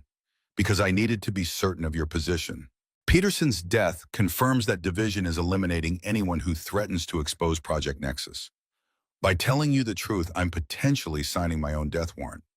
Or setting me up, David countered, creating a paper trail that frames me as the conspirator if things go wrong. A flash of frustration crossed Catherine's face. What would it take to convince you, David? What proof would you accept? David considered the question seriously. Access to Dr. Eliza Chen, the original architect of Neuralink's neural interface. If she corroborates your story, I might be inclined to believe you. Eliza is in protective custody, Catherine replied grimly. When she discovered how her work was being modified, she threatened to go public. Division arranged her sabbatical to keep her contained. You said she was in Singapore, family emergency. That's the official story, Catherine acknowledged.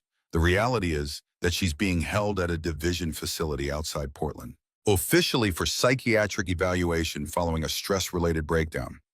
David processed this information, reevaluating the puzzle with each new piece. If you're truly working against Project Nexus, why not go public? Take the evidence to the press or regulatory authorities. Because Division has infiltrated both, Catherine said, frustration evident in her voice. And because going public without a solution would only delay the project, not end it.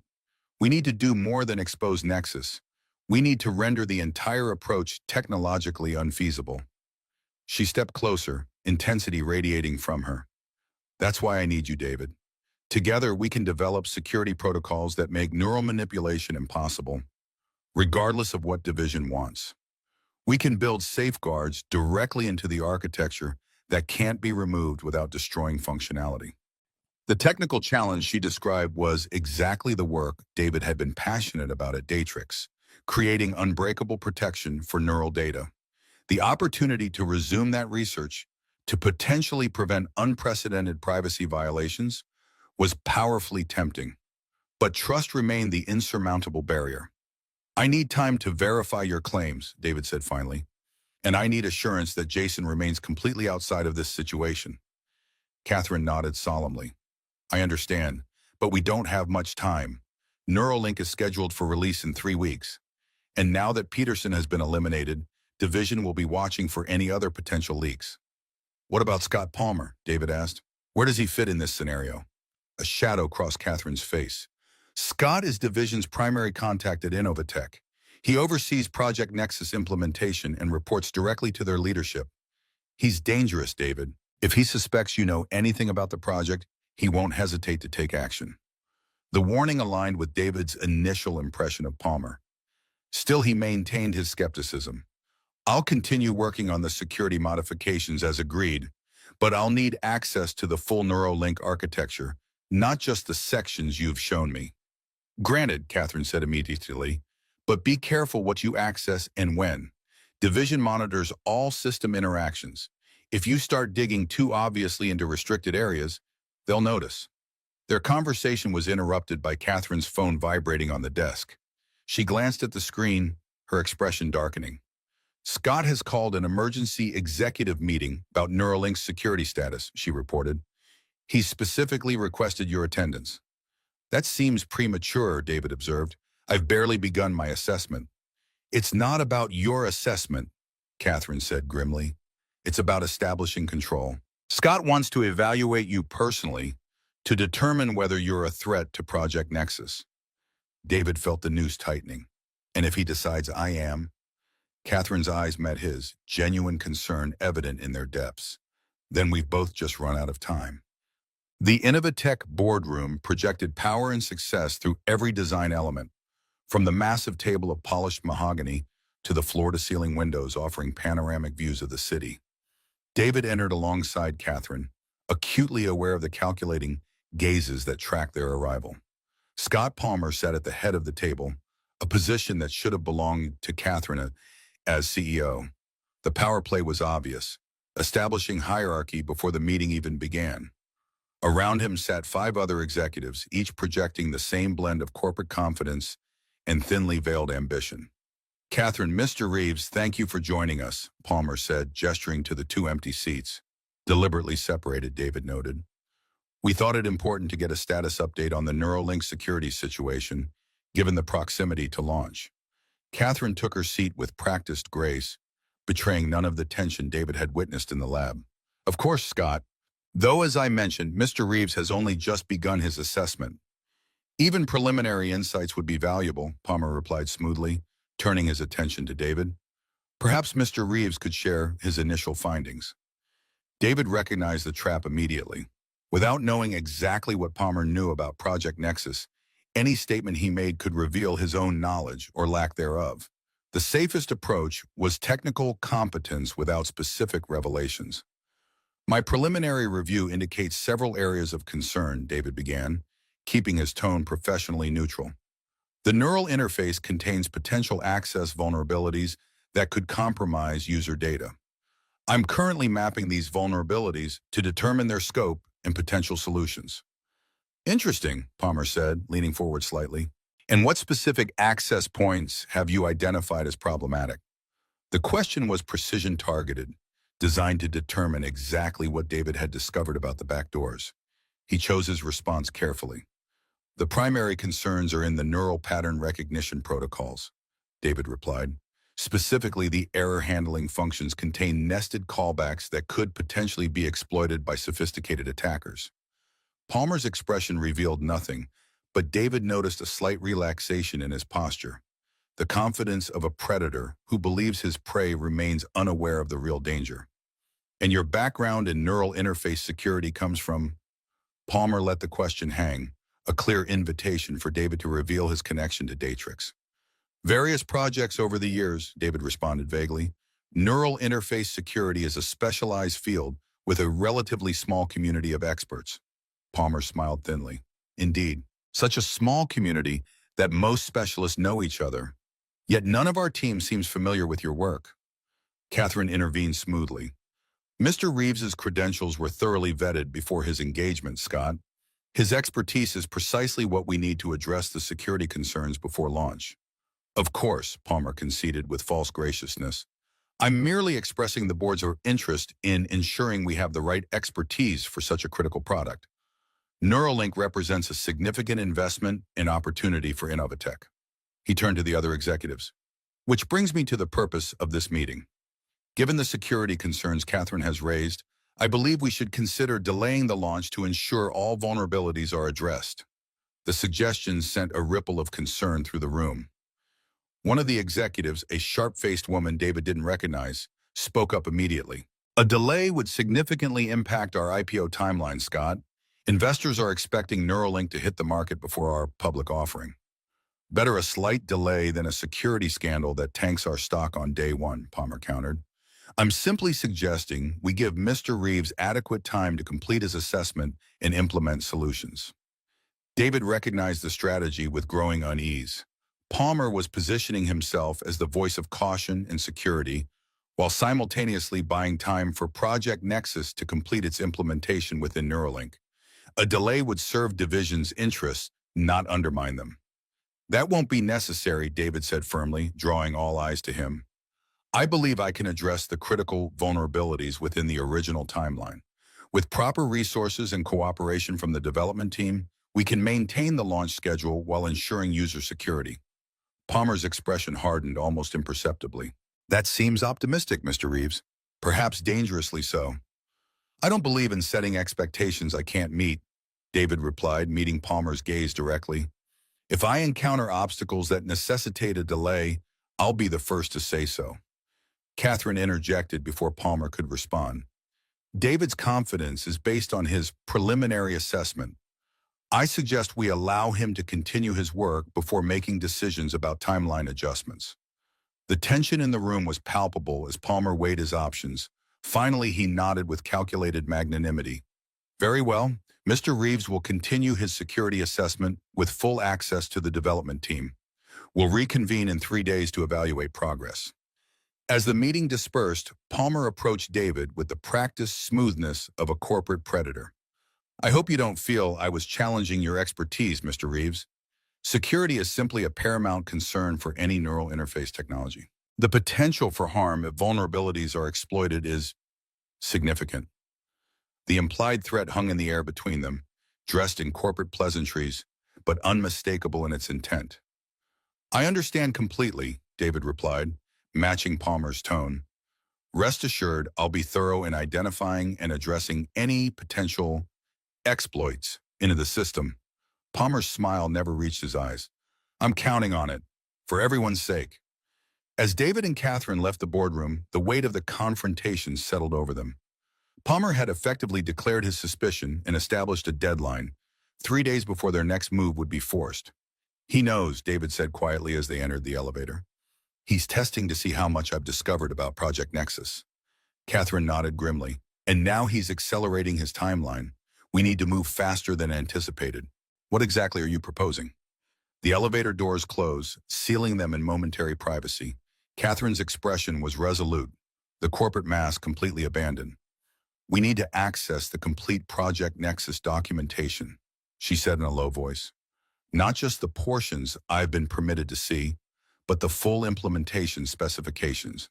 With that, we can develop countermeasures that will render the neural influence capabilities inoperative while appearing to function normally.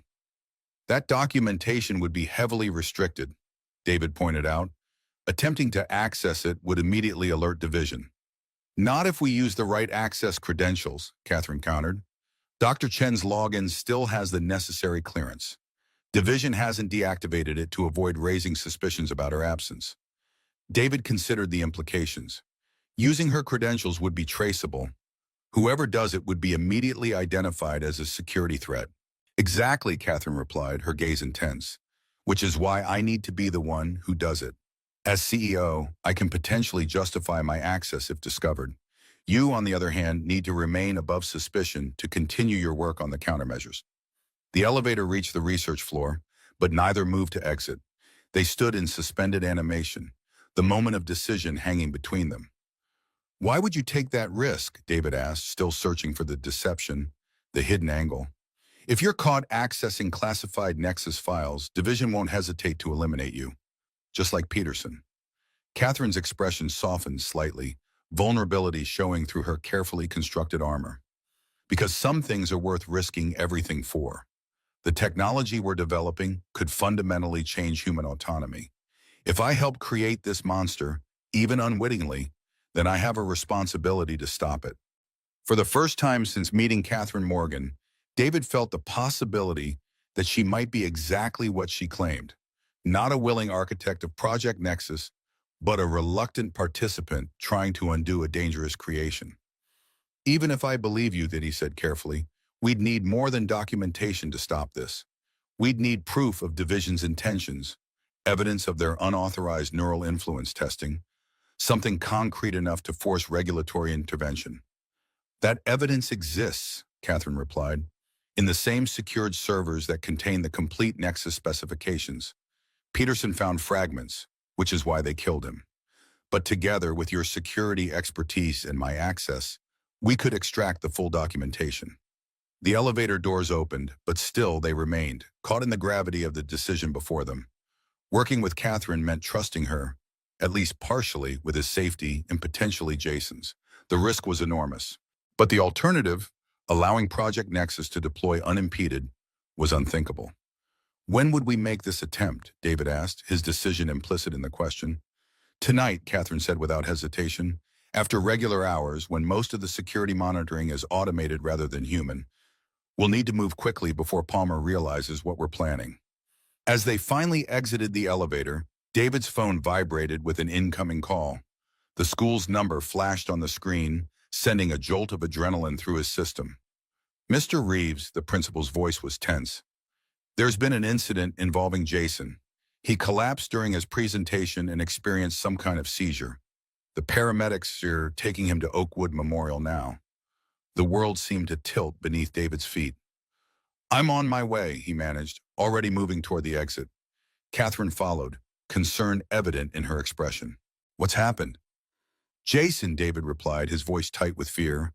Seizure at school. They're taking him to the hospital. I'll drive you, Catherine said immediately, no hesitation in her offer. My car is in the executive garage. We can be there in 15 minutes. David wanted to refuse, to maintain separation between his son and the dangerous game he'd been drawn into. But urgency overrode caution. Let's go. As they rushed toward the parking garage, neither noticed Scott Palmer watching from the executive floor above, his phone pressed to his ear. Subject is responding as anticipated, Palmer said quietly. Proceeding to Phase 2. In the shadowy war of Project Nexus, a new battlefield had just opened, and Jason Reeves had become its first casualty. Oakwood Memorial Hospital's emergency department pulsed with controlled chaos, medical staff moving with practiced efficiency, patients waiting with varying degrees of distress, the antiseptic smell failing to completely mask the underlying sense of fear and pain. David pushed through the automatic doors with Catherine close behind, making directly for the triage desk. Jason Reeves, he said urgently to the nurse. 10 years old, brought in by ambulance from Westside Elementary about 20 minutes ago. The nurse checked her computer. He's in pediatric assessment, Bay 3. Are you his father? Yes, David replied, already moving in the direction she had indicated. Sir, you need to, the nurse began, but David was already halfway down the corridor, Catherine following in his wake. Bay 3 contained a cluster of medical personnel surrounding a small figure on a gurney. David could see Jason's face, pale and frightened, as a doctor shined a light into his eyes. Dad! Jason called out when he spotted David, relief washing over his features. David was at his side instantly, taking his son's hand. I'm here, buddy. What happened? The attending physician, a middle-aged woman with kind eyes and an air of competent authority, addressed David directly. Mr. Reeves, I'm Dr. Patel. Jason experienced what appears to be a complex partial seizure during class. He's stable now, but will need to run some tests to determine the cause. He has juvenile autoimmune disorder. David explained quickly. He's under Dr. Winter's care. Could this be related? Possibly, Dr. Patel acknowledged, though seizures aren't a common manifestation of JAD. Has Jason experienced anything like this before? Never, David replied, studying his son's face carefully. Jason, can you tell me what happened? Jason's voice was small but clear. I was giving my presentation on neural networks. Then the screen started flashing weird patterns. My head hurt really bad, and then, I don't remember, I woke up in the ambulance. Dr. Patel made a note on her tablet. We'll want to run an EEG and MRI to check for any abnormal brain activity or structural issues. I've already contacted Dr. Winters. He's on his way. As the medical team prepared Jason for transport to radiology, David stepped slightly aside with Catherine, who had maintained a respectful distance during the exchange. This isn't a coincidence, David said in a low voice, tension evident in every line of his body. The neural network presentation, the flashing patterns, the seizure, it's connected to Project Nexus. Catherine's expression was grave. You think they targeted Jason? To pressure you? Or to warn me, David replied grimly. Palmer knows I met with Peterson. This is his way of showing what's at stake if I continue investigating. The cold calculation required to target a child sent waves of fury through David's system, his hands clenching involuntarily at his sides. Catherine noticed the reaction, placing a gentle hand on his arm. We don't know for certain that's what happened, she said softly. It could be related to his condition. You don't believe that any more than I do, David countered, though he didn't pull away from her touch. The timing is too perfect. Palmer mentions concern for security in the meeting, and an hour later my son experiences a seizure while presenting on neural networks. That's not coincidence, Catherine, that's coordination. Before she could respond, Dr. Winters arrived, his familiar presence bringing a small measure of relief to the situation. The specialist greeted David warmly before turning his attention to Jason's chart. Complex partial seizure, Dr. Winters mused, reviewing the notes. Unusual for JAD, but not impossible given the inflammatory pathways involved. I'd like to check his medication levels and run a more comprehensive autoimmune panel, along with the neurological workup. As Dr. Winters examined Jason, David noticed the boy's gaze fixed on Catherine with curious intensity. You're the brain-computer lady, Jason said suddenly, causing both David and Dr. Winters to look at him in surprise. Catherine stepped forward, her expression carefully neutral. I work with your dad, yes. No, Jason insisted, more animated now. You're the one who called. You said Dad was helping fix the brain computer. You knew about my condition. David's blood ran cold at this confirmation of what Jason had mentioned the previous night. Someone impersonating Catherine had contacted his son directly. Jason, I never called you, Catherine said gently, concern evident in her voice. When did this happen? Yesterday, after I got home from the hospital. Jason's brow furrowed in confusion. It wasn't you? But she sounded just like you. She knew all about the neural interface. Dr. Winters looked between them with growing concern. I think Jason needs rest right now. We can discuss this after his tests. As the medical team prepared to move Jason to radiology, David leaned close to his son. I'll be right here waiting for you, okay? Everything's going to be fine. Jason nodded bravely, though fear lingered in his eyes. Dad, be careful of the patterns. They do something to your brain. The warning sent a chill through David as they wheeled Jason away. He turned to Catherine, all pretense of doubt now abandoned. Someone impersonated you to contact my son, he said, his voice low and dangerous. Someone with knowledge of neural interfaces and my connection to you. Division is sending a very clear message. Catherine's expression had hardened into resolve. Then we need to send one back. Tonight's plan has just become more urgent. I can't leave Jason, David objected. Not after this. I understand, Catherine said, but consider this. The best protection for Jason now isn't just staying by his bedside, it's eliminating the threat entirely. We need that evidence, David. Without it, Division will continue operating with impunity. The logic was sound, but the emotional pull of remaining with his son created an impossible tension. David ran a hand through his hair, the weight of the decision pressing down on him. The tests will take at least 3 hours. Catherine continued gently. Dr. Winters is with him. This might be our only window of opportunity before Palmer increases security protocols. Before David could respond, his phone vibrated with a text message from an unknown number. Neural stimulation can be precisely targeted. Today was a demonstration only. Cooperation ensures no escalation. Division. The threat, so clinical in its delivery, ignited a cold fury in David's chest. They had targeted his son, used untested neural technology on a child to force his compliance. He showed the message to Catherine, whose face paled visibly. "My God," she whispered, "they're admitting to attacking Jason. This goes beyond unethical research. It's criminal assault. And they're confident enough to put it in writing," David noted grimly, "which means they believe they're untouchable." He stared at the message for a long moment, calculations and scenarios running through his mind with the precision that had once made him a top security architect. When he looked up, his decision was made. 3 hours, he said to Catherine, his voice steely with determination. "We get the evidence, then I'm back here with Jason, and once he's stable, we take Division down. Not just their project, but the people responsible for targeting my son." Catherine nodded, relief and resolve mingling in her expression. "I'll call my driver. We'll need to move quickly." As they prepared to leave, Dr. Winters approached with an update. "We're taking Jason for his tests now. The initial blood work shows some unusual markers that might explain the seizure, possibly a reaction to his medication. We should have more definitive answers in a few hours." "I need to step out briefly," David said, the lie bitter on his tongue. "Personal matter related to Jason's care. I'll be back before his tests are complete." Dr. Winters nodded understandingly. "He's in good hands, David. We'll take excellent care of him." As they walked toward the exit, Catherine spoke quietly. "Division will be monitoring the hospital. We need to be careful about being seen leaving together." David's jaw tightened. "Let them see. I want them to know I'm coming for them." The cold determination in his voice might have frightened Catherine if she hadn't felt the same righteous anger burning in her own chest. Together, they stepped into the afternoon sunlight, united by a common enemy and a shared resolution. The time for caution and half measures had passed.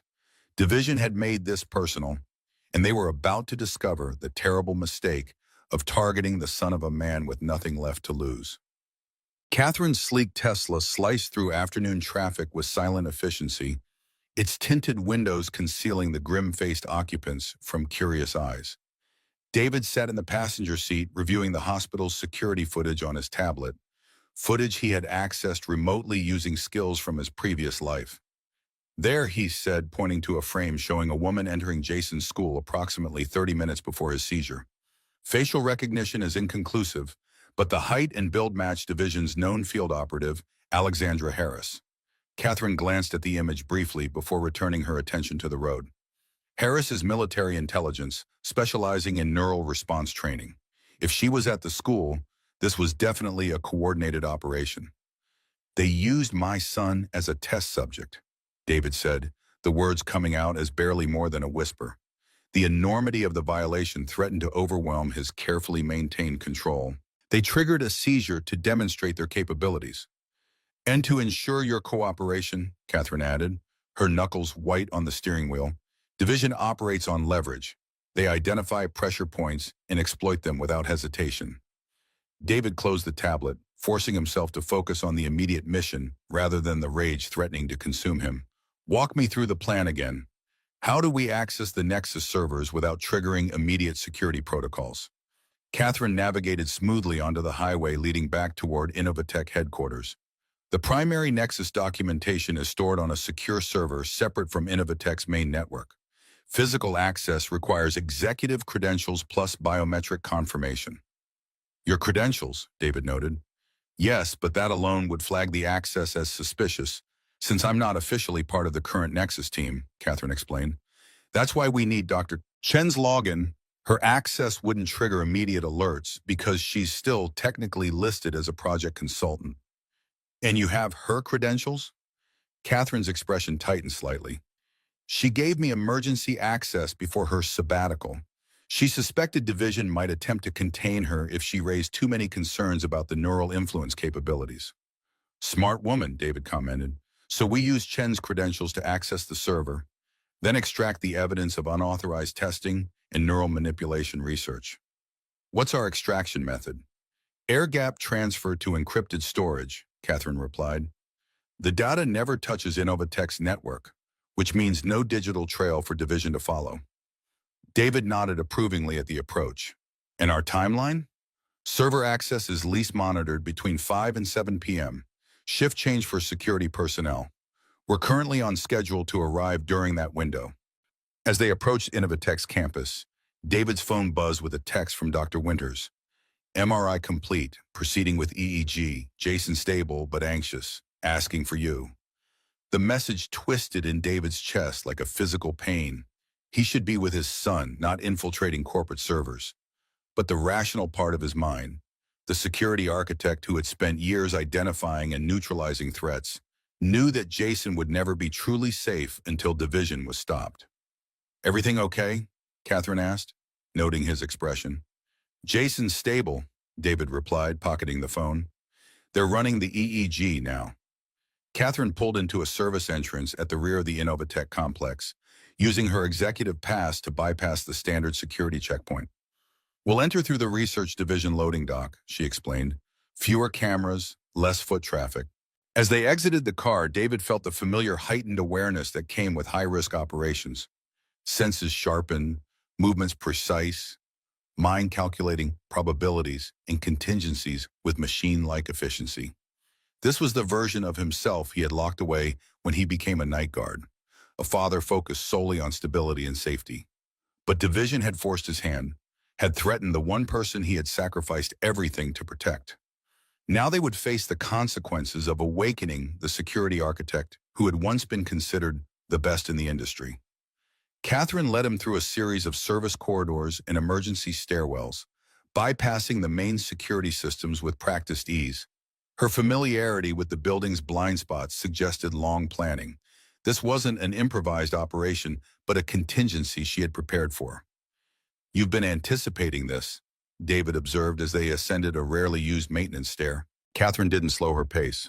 I've spent the past year mapping Division's integration into Innovatech. I always knew there might come a point when direct action was necessary. Yet you waited until now, David noted. Why? They reached a secure door marked Research Archives, authorized personnel only. Catherine paused, meeting his gaze directly. Because I couldn't do it alone, she admitted. The technical complexity of what Division has built into Neuralink requires someone with your specific expertise to unravel. And because I needed someone with the moral clarity to ensure the evidence would be used properly. She swiped her access card and pressed her thumb to the biometric scanner. The door unlocked with a soft click. The server room is through the main archive and to the left, Catherine instructed. Dr. Chen's workstation is still active. We'll use that to access the secure files. The research archive was a climate-controlled room filled with physical documentation of Innovatech's various projects, paper backups in an increasingly digital world. The silence was absolute, broken only by the soft hum of environmental systems maintaining optimal preservation conditions. David followed Catherine through the meticulously organized space, professional admiration mixing with growing unease. The level of security surrounding these archives suggested information far more sensitive than typical corporate research. They reached Dr. Chen's workstation, a sleek terminal positioned near a smaller, more heavily secured door marked simply Restricted Access. That's our target, Catherine said, nodding toward the restricted area. The physical server containing Project Nexus documentation. We access it remotely from this terminal using Chen's credentials, then transfer only the evidence we need. She seated herself at the workstation, fingers flying across the keyboard as she navigated through multiple security layers. David positioned himself to monitor both the entrance they had used and the restricted access door, hyper-aware of any sound that might indicate discovery. I'm in Chen's account, Catherine reported, her voice low. Accessing the Nexus directory now. David glanced at the screen, noting the impressive array of security protocols Catherine was navigating with practiced ease. You have more than basic knowledge of system penetration. A slight smile touched Catherine's lips without reaching her eyes. Before I was CEO, I specialized in encryption and system security. How do you think I recognize the significance of your work at Datrix? The terminal displayed a request for secondary authentication. Catherine produced a small device from her pocket, a hardware key generator that cycled through access codes on a proprietary algorithm.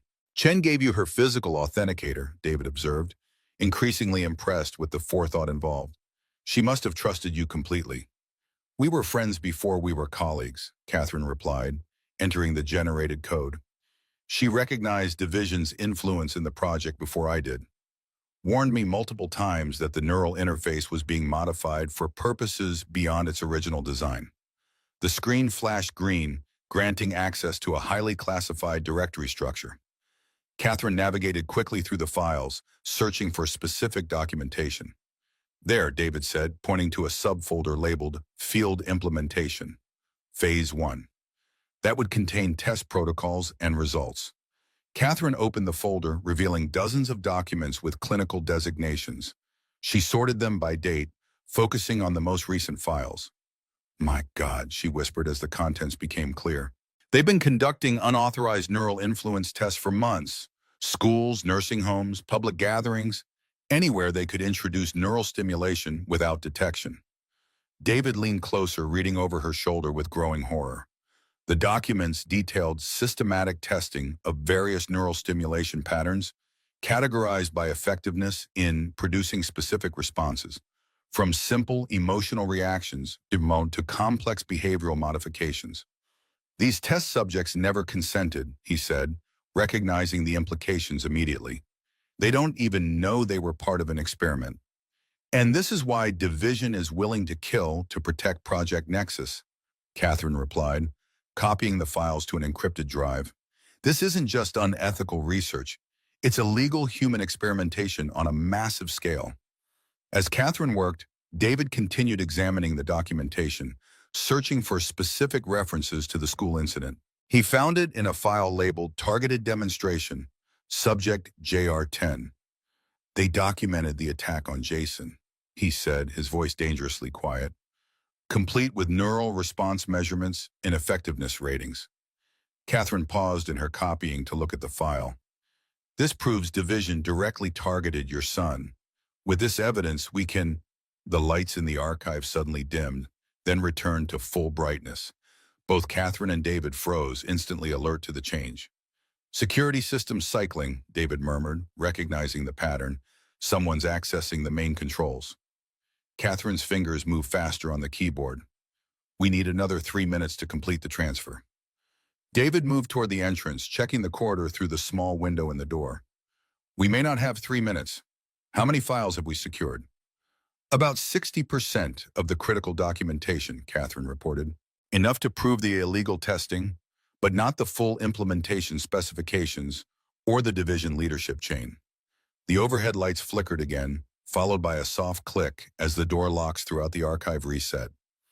David's security experience translated the signals immediately. They're isolating this section, he said urgently. Standard containment protocol. We need to move now.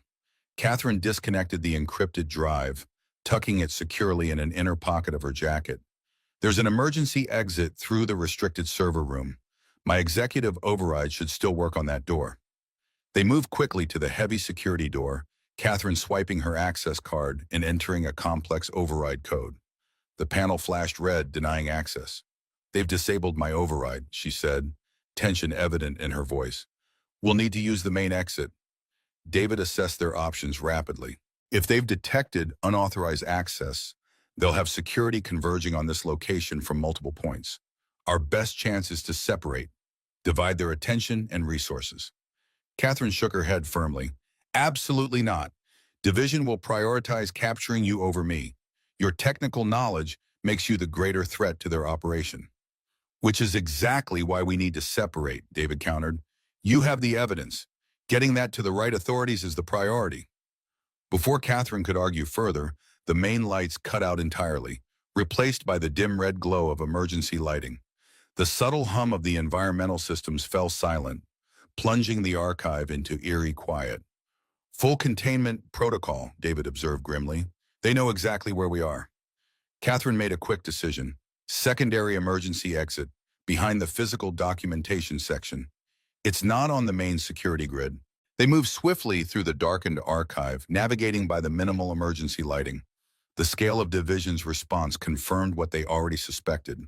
The evidence they had secured was dangerous enough to warrant immediate and overwhelming force. As they reached the documentation section, David heard the distinctive sound of the main door opening. Security had arrived. "Go," he whispered to Catherine, positioning himself behind a tall storage unit. "I'll create a diversion. Meet me at the contingency location we discussed." "We never discussed a contingency location," Catherine hissed back. David's expression was resolute in the dim red light. "Peterson's apartment, 9 p.m. If I'm not there by 9:30, take the evidence to your media contact." For a moment, Catherine seemed about to protest. Then her training took over. She nodded once, squeezing his arm briefly before disappearing behind the rows of documentation toward the secondary exit. David waited until she was out of sight, then deliberately made noise by knocking over a small storage container. The security team responded immediately, flashlight beams cutting through the darkness toward his position. "Security breach in Section 3, a voice reported over a radio, proceeding to investigate." David moved quickly away from Catherine's escape route, drawing the security team's attention in the opposite direction. He could make out at least 3 separate flashlight beams, a substantial response team, likely armed. As he navigated through the darkened archive, David's mind calculated his own escape options. The main door was now guarded. The restricted access area was locked down. His best chance was to create enough confusion to slip past the security team and reach the maintenance stairwell they had used to enter. He deliberately triggered a fire alarm by breaking the glass on an emergency pull station. Immediately, strobing lights added to the confusion, and the piercing alarm would make radio communication between security personnel more difficult. The distraction worked. David heard shouted commands as the security team responded to the new development, their disciplined search pattern disrupted by emergency protocols. Using the confusion to his advantage, David circled back toward the main entrance, staying low and using the storage units as cover. He reached the door just as it opened again, admitting 2 more security officers. David pressed himself into a shadowed alcove, holding his breath as they passed within feet of his position. Once they moved deeper into the archive, he slipped through the still open door into the corridor beyond. The maintenance stairwell was 30 meters away, past a security checkpoint that would now be fully staffed due to the alarms. Direct approach was impossible. David assessed his surroundings with the cool calculation of his security architect days. The ceiling featured removable panels concealing utility conduits, a potential alternative route if he could reach them unobserved. A crash cart used for emergency medical responses stood against one wall. David quickly pushed it beneath an air vent, climbing on top to access the ceiling space. The panel moved easily, revealing a narrow crawl space above. He pulled himself up just as more security personnel rounded the corner, responding to the alarms. From his concealed position, David navigated slowly through the ceiling space, using the building's structural supports to move toward the stairwell location. Below, he could hear the organized chaos of a security response in progress. Radio communications, running footsteps, doors being systematically checked and secured. The scale of the operation confirmed his suspicions. This wasn't standard corporate security, but division operatives executing a prepared containment protocol. After what felt like an eternity of careful movement through the dusty confines of the ceiling crawl space, David reached a position above what should be the maintenance stairwell. He carefully moved a ceiling panel, peering down to confirm his location. The stairwell door was visible below, currently unguarded but likely to be secured soon as the search expanded. It was now or never. David lowered himself carefully from the ceiling, dropping the final few feet to land in a crouch beside the door. He tested the handle, still unlocked. Security hadn't yet expanded their containment perimeter to this area. He slipped through the door into the stairwell, descending rapidly but quietly toward the service exit. 3 floors down, he heard a door above him open, followed by the sound of footsteps entering the stairwell. "Check all levels," a voice commanded. "Subject may be attempting to exit through service areas." David increased his pace, reaching the ground floor as the footsteps above continued their methodical descent. The service exit was just ahead, a plain metal door leading to the loading dock area. He pushed through the door, emerging into the fading evening light. The loading dock was mercifully empty of personnel, though he could hear activity around the front of the building as the security response continued to unfold. David moved quickly toward the perimeter fence, staying in the shadows of delivery vehicles and equipment. The fence was 3 meters high, topped with security wire, a substantial obstacle but not impossible. Using a dumpster as a starting point, David scaled the fence with practiced efficiency, ignoring the bite of the security wire as it caught his clothing. He dropped to the other side, immediately moving toward the cover of nearby trees. Once concealed from immediate view, David paused to assess his situation. He had successfully escaped the Innovatech compound, but Division would be mobilizing resources to track both him and Catherine. His phone would be compromised, his apartment watched, his known locations monitored. But Division had made a critical mistake in targeting Jason. They had assumed it would make David more cautious, more willing to cooperate out of fear for his son's safety. Instead, it had unleashed the full capacity of the security architect who had once been considered the best in the business. Division had created their own worst enemy, a man with nothing to lose, expert knowledge of their systems, and the cold determination of a father protecting his child. David discarded his phone after sending a final text to Dr. Winters. "Emergency at work. Please stay with Jason until I return." Then he moved purposefully toward the city, already formulating his next moves in the dangerous game that had become a personal war. Behind him, the Innovatech building pulsed with activity as Division's operatives expanded their search. But their quarry was already gone, carrying with him the knowledge and skills to dismantle their entire operation. The hunter had become the hunted, and Division was about to learn the terrible consequences of threatening the son of David Reeves. Darkness had settled over the city by the time David reached Oakwood Memorial Hospital. He approached cautiously, staying in shadow, surveying the building for signs of Division surveillance. His trained eye quickly identified them: a dark sedan with 2 occupants at the east entrance, a solitary figure on a bench with too direct a line of sight to the main doors, a security guard whose posture and alertness suggested military training rather than typical hospital protocol. Division had anticipated his return to Jason. They were waiting. David circled the building, seeking alternatives. The service entrance used for supply deliveries appeared less monitored, a calculated oversight perhaps, as Division spread limited resources across multiple potential approaches. The hospital's layout was familiar to David from Jason's previous stays. The service corridor would lead past the kitchen, then connect to the main building near radiology, 1 floor below pediatrics, where Jason would likely be admitted for overnight observation. Using the identity badge of a maintenance worker he'd borrowed during his circuitous route through the city, David accessed the service entrance without challenge. He moved with purposeful confidence through the busy kitchen area, his generic uniform and deliberate pace rendering him effectively invisible to the harried staff. In the main corridor, David paused at a computer terminal, using the maintenance login to access the patient directory. Jason Reeves, Pediatric Ward, Room 412. Admitted for observation following seizure activity, condition stable. Relief washed through him, momentarily weakening the steely resolve that had sustained him since the archive escape. Jason was safe, at least for now. But how long would that security last if Division decided his son had become a liability rather than leverage? David took the service elevator to the 4th floor, emerging at the far end of the pediatric ward. He proceeded cautiously, aware that Division would have someone watching Jason's room directly. At the nurse's station, he noted a man in civilian clothes seated with a clear view of the corridor leading to room 412. The man's attention was too focused, his position too strategic to be a typical visitor. David retreated to a supply closet, quickly assessing options. Direct approach was impossible without revealing himself. He needed a distraction.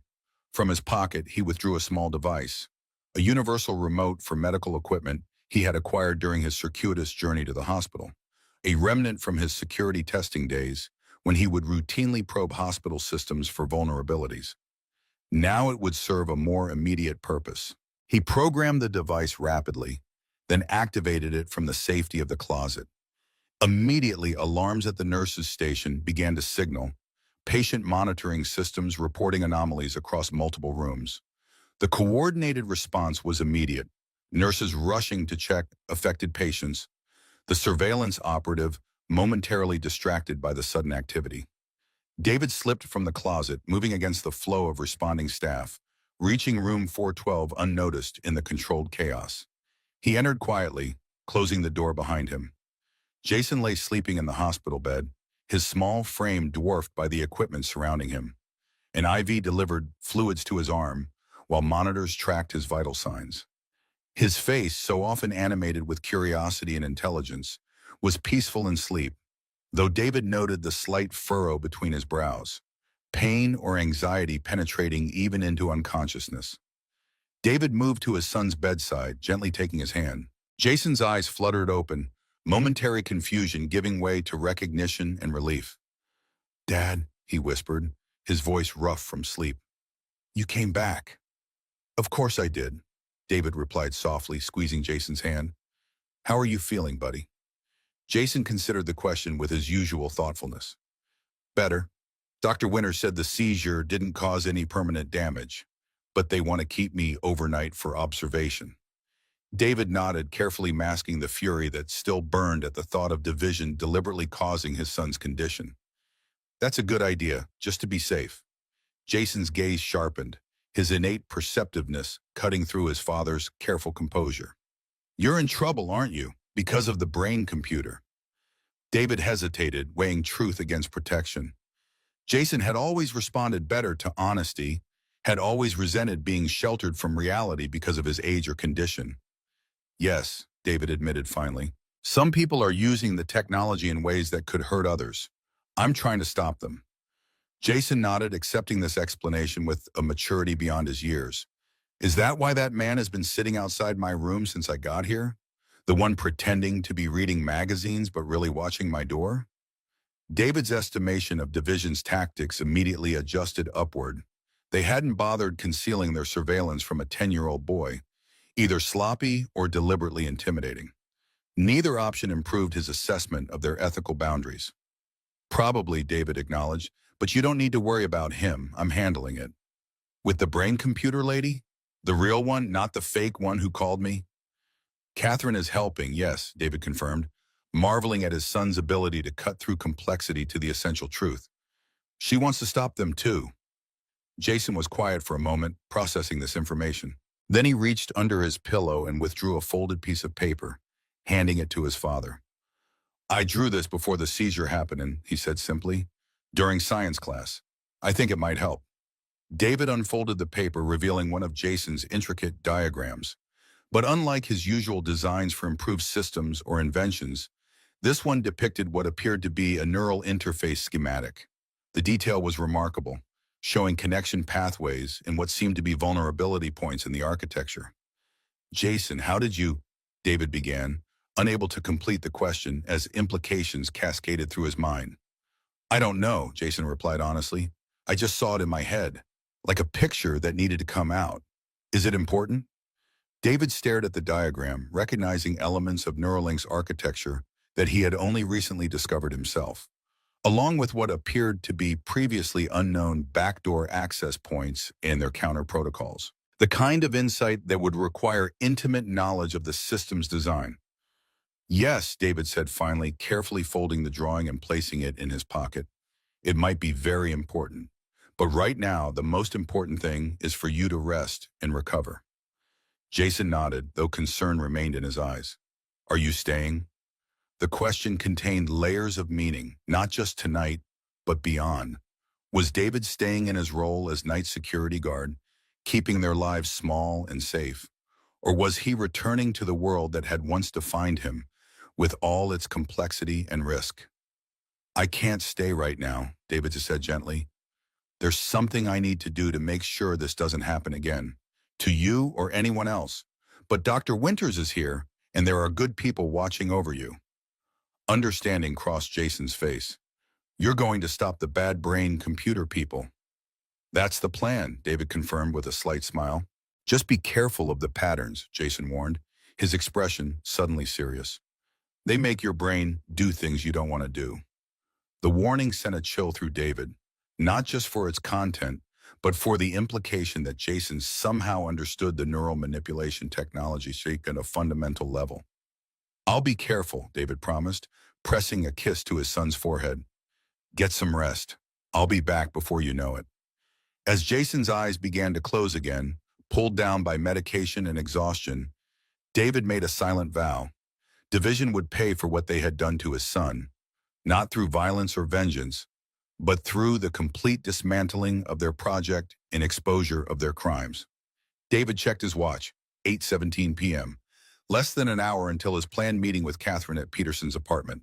He needed to move quickly, but first, he needed to ensure Jason's security during his absence. He located Dr. Winters at the nurse's station, pulling the specialist aside for a private conversation. "I need to step out again," David explained in a low voice. "There's a situation related to Jason's condition that requires my attention." Dr. Winters' expression was concerned but understanding. "David, I've known you for 2 years.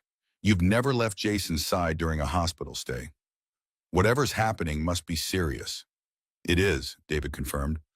"I can't explain everything now, but I need to know Jason will be protected while I'm gone. There are people who might take an unhealthy interest in his case." The doctor's expression shifted subtly, professional concern deepening. "Are you suggesting someone deliberately caused Jason's seizure?" David hesitated, then nodded once. "I have reason to believe it wasn't accidental. That's what I'm addressing now." Dr. Winters was silent for a moment, processing this disturbing information. Then his expression hardened with professional resolve.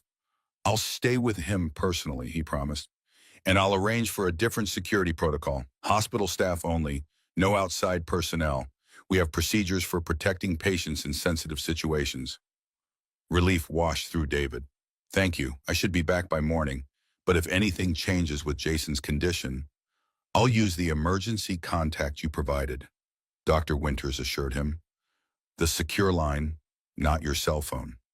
David nodded gratefully, reminded why he had trusted this man with Jason's care for the past 2 years. As they shook hands, Dr. Winters added quietly, "Whatever you're dealing with, be careful. Jason needs his father." "I know," David replied, the weight of responsibility settling firmly on his shoulders. "That's exactly why I have to do this." Leaving the hospital proved simpler than entering it. The division operatives were focused on monitoring arrivals, not departures. David slipped out through the same service entrance he had used to enter, disappearing into the gathering night with the practiced ease of a man accustomed to moving unseen. Peterson's apartment was across town, a journey that would require caution and indirect routes to avoid potential surveillance. But David moved with renewed purpose, Jason's diagram secure in his pocket, a potential key to undermining Project Nexus at its foundation. The game had shifted from defense to offense, and David Reeves was playing to win. James Peterson's apartment building stood in a quiet neighborhood of modest professionals, the kind of unremarkable residence that attracted little attention by design. David approached cautiously, circling the block twice to identify any surveillance before determining it was as safe as could be expected under the circumstances. The building's security was minimal, a main entrance requiring key fob access, but with the expected vulnerability of residents holding the door for those behind them.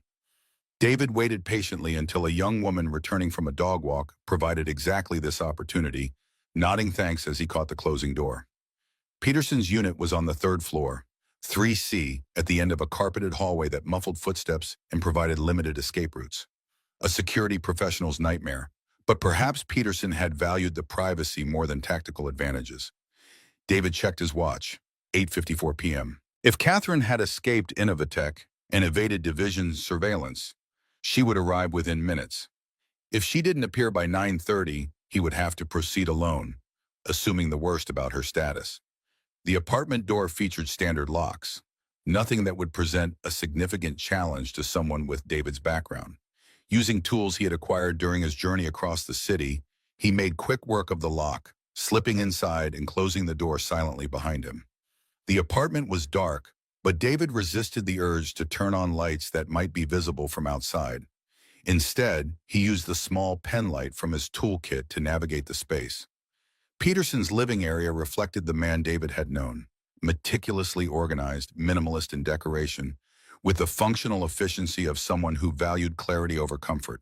A desk in the corner held a computer setup more sophisticated than typical for a personal residence.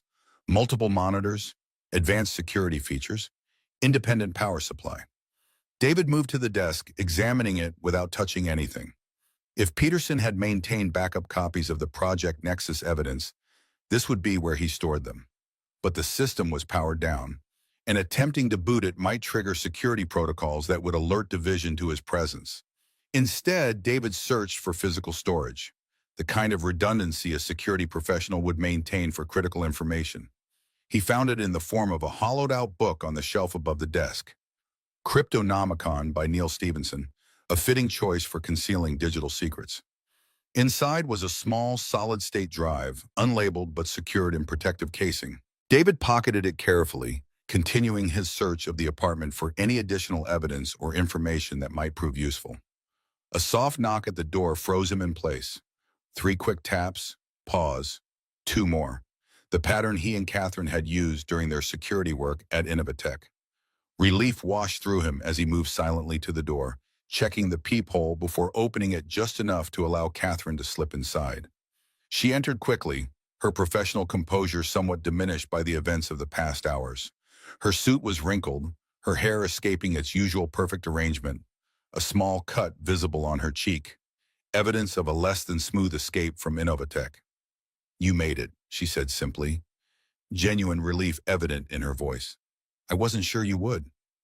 Division underestimated the motivation of a father protecting his son, David replied, securing the door behind her. "How did you get out?" "Service tunnels beneath the research building," Catherine explained, moving further into the apartment. "They connect to the original structure from before Innovatech expanded. Division hasn't fully mapped them yet." She looked around the darkened apartment, taking in the sparse furnishings and organized efficiency. "Peterson lived exactly as I expected," she observed, like a man prepared to disappear at a moment's notice. "Did you secure the evidence?" David asked, focusing on priorities. Catherine nodded, reaching into her jacket to withdraw the encrypted drive they had used at Innovatech. "Everything we managed to download before security arrived. Test protocols, implementation details, authorization chains. Enough to prove Division's illegal human experimentation." "And Jason," she added, her concern appearing genuine. "Is he all right?" "Stable," David replied, studying her expression carefully. "The seizure didn't cause permanent damage, according to DeWinters, but Division has the hospital under surveillance." Catherine's expression darkened. "Of course they do. They'll be monitoring all possible contact points now that we have the evidence. We need to move quickly to release it before they can contain the situation." "The evidence won't be enough," David said, withdrawing Jason's diagram from his pocket. "We need to do more than expose what they've done. We need to render the technology itself non-viable." He unfolded the drawing, placing it on Peterson's desk where they could both examine it. Catherine leaned forward, confusion evident in her expression as she studied the intricate schematic. "What is this? It looks like elements of Neuralink's architecture, but with modifications I've never seen." "Jason drew it," David said quietly. "Today, before the seizure. He said he just saw it in his head." Catherine looked up sharply, the implications registering immediately. "That's impossible.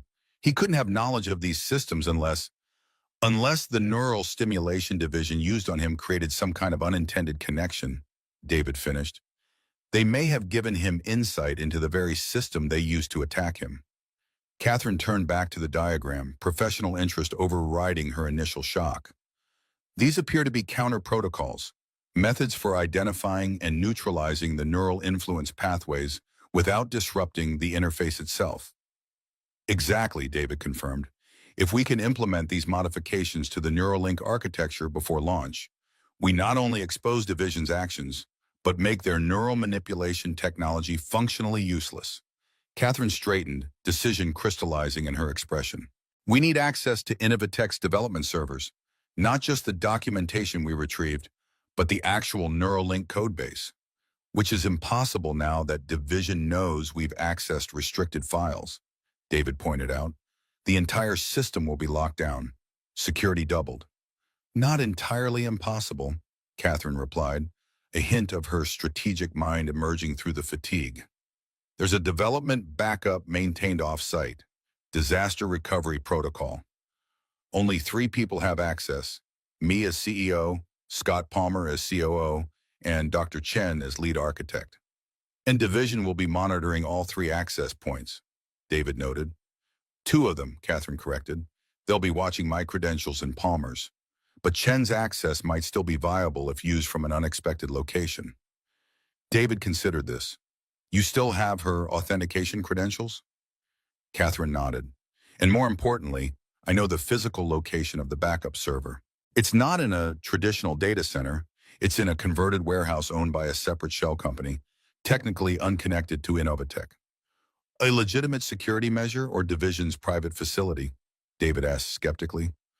Originally legitimate, Catherine explained, established before Division's involvement as protection against corporate espionage. They've likely co-opted it now, but the original security systems remain independent from Innovatech's main network. David processed this information, calculating risks and probabilities with the precision that had once made him a top security architect. If we can access the development backup, implement Jason's counter protocols, and push the changes to the production environment, we could effectively neutralize the neural influence capability before the Neuralink launch, Catherine finished, while simultaneously releasing the evidence of Division's illegal experimentation to regulatory authorities and selected media outlets. The plan was audacious, technically complex, and incredibly dangerous, but it represented their best chance of not just exposing Project Nexus, but rendering its core technology harmless.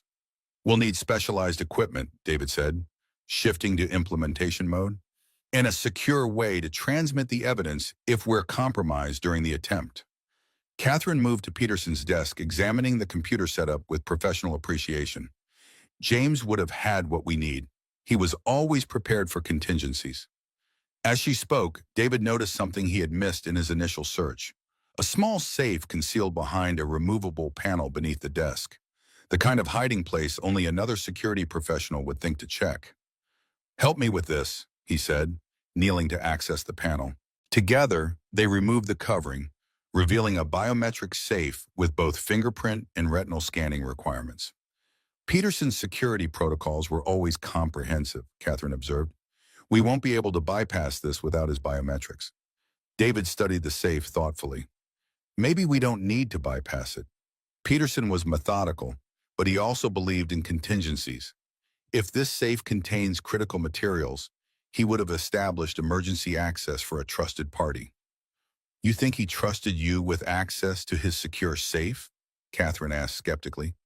Not me specifically, David replied, leaning closer to examine the biometric scanner. But Peterson and I established mutual contingency protocols during our work at Datrix, standard procedure for security architects working on classified projects. He positioned his right thumb on the scanner, then leaned forward for the retinal scan, murmuring under his breath, "Emergency Protocol Delta 97 Alpha." For a moment, nothing happened. Then the scanner emitted a soft tone, and the safe clicked open. "Voice print confirmation with embedded passphrase," David explained, responding to Catherine's surprised expression. "Combined with approximate biometric matching, not looking for exact matches, but confirming I'm human and speaking the correct phrase." "Impressive," Catherine acknowledged as David opened the safe. Inside were exactly the resources they needed: specialized hacking equipment, secure communication devices, and most critically, detailed schematics of the off-site backup facility Catherine had mentioned. "Peterson was investigating Division's operations more thoroughly than I realized," Catherine said, examining the facility schematics. "These include security patrol schedules, access points, camera positions, everything we need to infiltrate the backup server location." "He was building a case," David observed, sorting through the equipment, gathering evidence systematically, preparing for precisely the situation we're in now. As they organized the materials, a small envelope caught David's attention, hand-labeled simply, "David, if necessary." He opened it to find a handwritten note from Peterson. "David, if you're reading this, I've likely been eliminated by Division. The Project Nexus neural manipulation technology is more advanced than either of us initially realized. They have moved beyond theoretical applications to active field testing, including targeted manipulation of specific individuals. Most concerning is their apparent success with younger subjects, whose neural plasticity makes them more receptive to the technology. The implications for privacy and autonomy are catastrophic if this technology deploys as planned. The encrypted drive in this safe contains complete documentation of Division's illegal activities, including the neural targeting protocols they're using against test subjects. Password: Jason's birthday plus your Datrix employee ID. One final warning: trust no one completely in this fight. Division's neural influence technology can affect perception and decision-making without the subject's awareness. Even those who believe they're working against Project Nexus may be unwittingly serving its purposes. The counter protocol in the encrypted files provides temporary protection against neural influence. Use it. James David read the note twice, the implications sending a chill through his system. He handed it to Catherine without comment, watching her expression as she absorbed Peterson's final warning. He's suggesting that Division could be influencing us without our knowledge, she said quietly, returning the note to David. That we might not be able to trust our own perceptions. Or each other, David added, the already complex situation gaining another layer of uncertainty, which is why we need to implement the counter protocol he mentioned. He located the encrypted drive in the safe, connecting it to one of Peterson's secure tablets. Using Jason's birthday combined with his old employee ID as the password, he unlocked the contents, revealing comprehensive documentation of Project Nexus far beyond what they had managed to extract from Innovatech's servers. Peterson was thorough, Catherine observed, reviewing the files with growing concern. This goes higher than I realized. Division isn't just a rogue government project. It has authorization from senior intelligence officials and private sector partners. David focused on locating the counter protocol Peterson had mentioned in his note. He found it in a subfolder labeled Emergency Measures, a surprisingly simple application designed to generate specific visual and auditory patterns that disrupted the neural influence pathways. This is similar to the concepts in Jason's drawing, David noted, comparing the counter protocol to his son's diagram. The fundamental approach is the same, though Jason's version appears more sophisticated in its implementation. How could he have known, Catherine wondered, genuine confusion in her voice. Even with neural stimulation during the seizure, this level of insight seems impossible for a 10-year-old with no prior exposure to the technology. David had been considering this question since seeing Jason's diagram.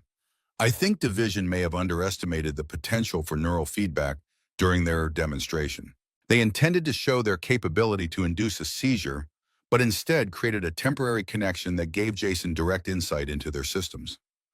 A backfire, Catherine suggested, their own technology revealing its vulnerabilities. Exactly, David agreed, activating Peterson's counter protocol application on 2 separate devices, one for each of them, which gives us an advantage they won't be expecting. The application generated a seemingly random pattern of light and sound, subtle enough to avoid attention, but according to Peterson's documentation, sufficient to disrupt potential neural influence attempts. How do we know if this is actually working?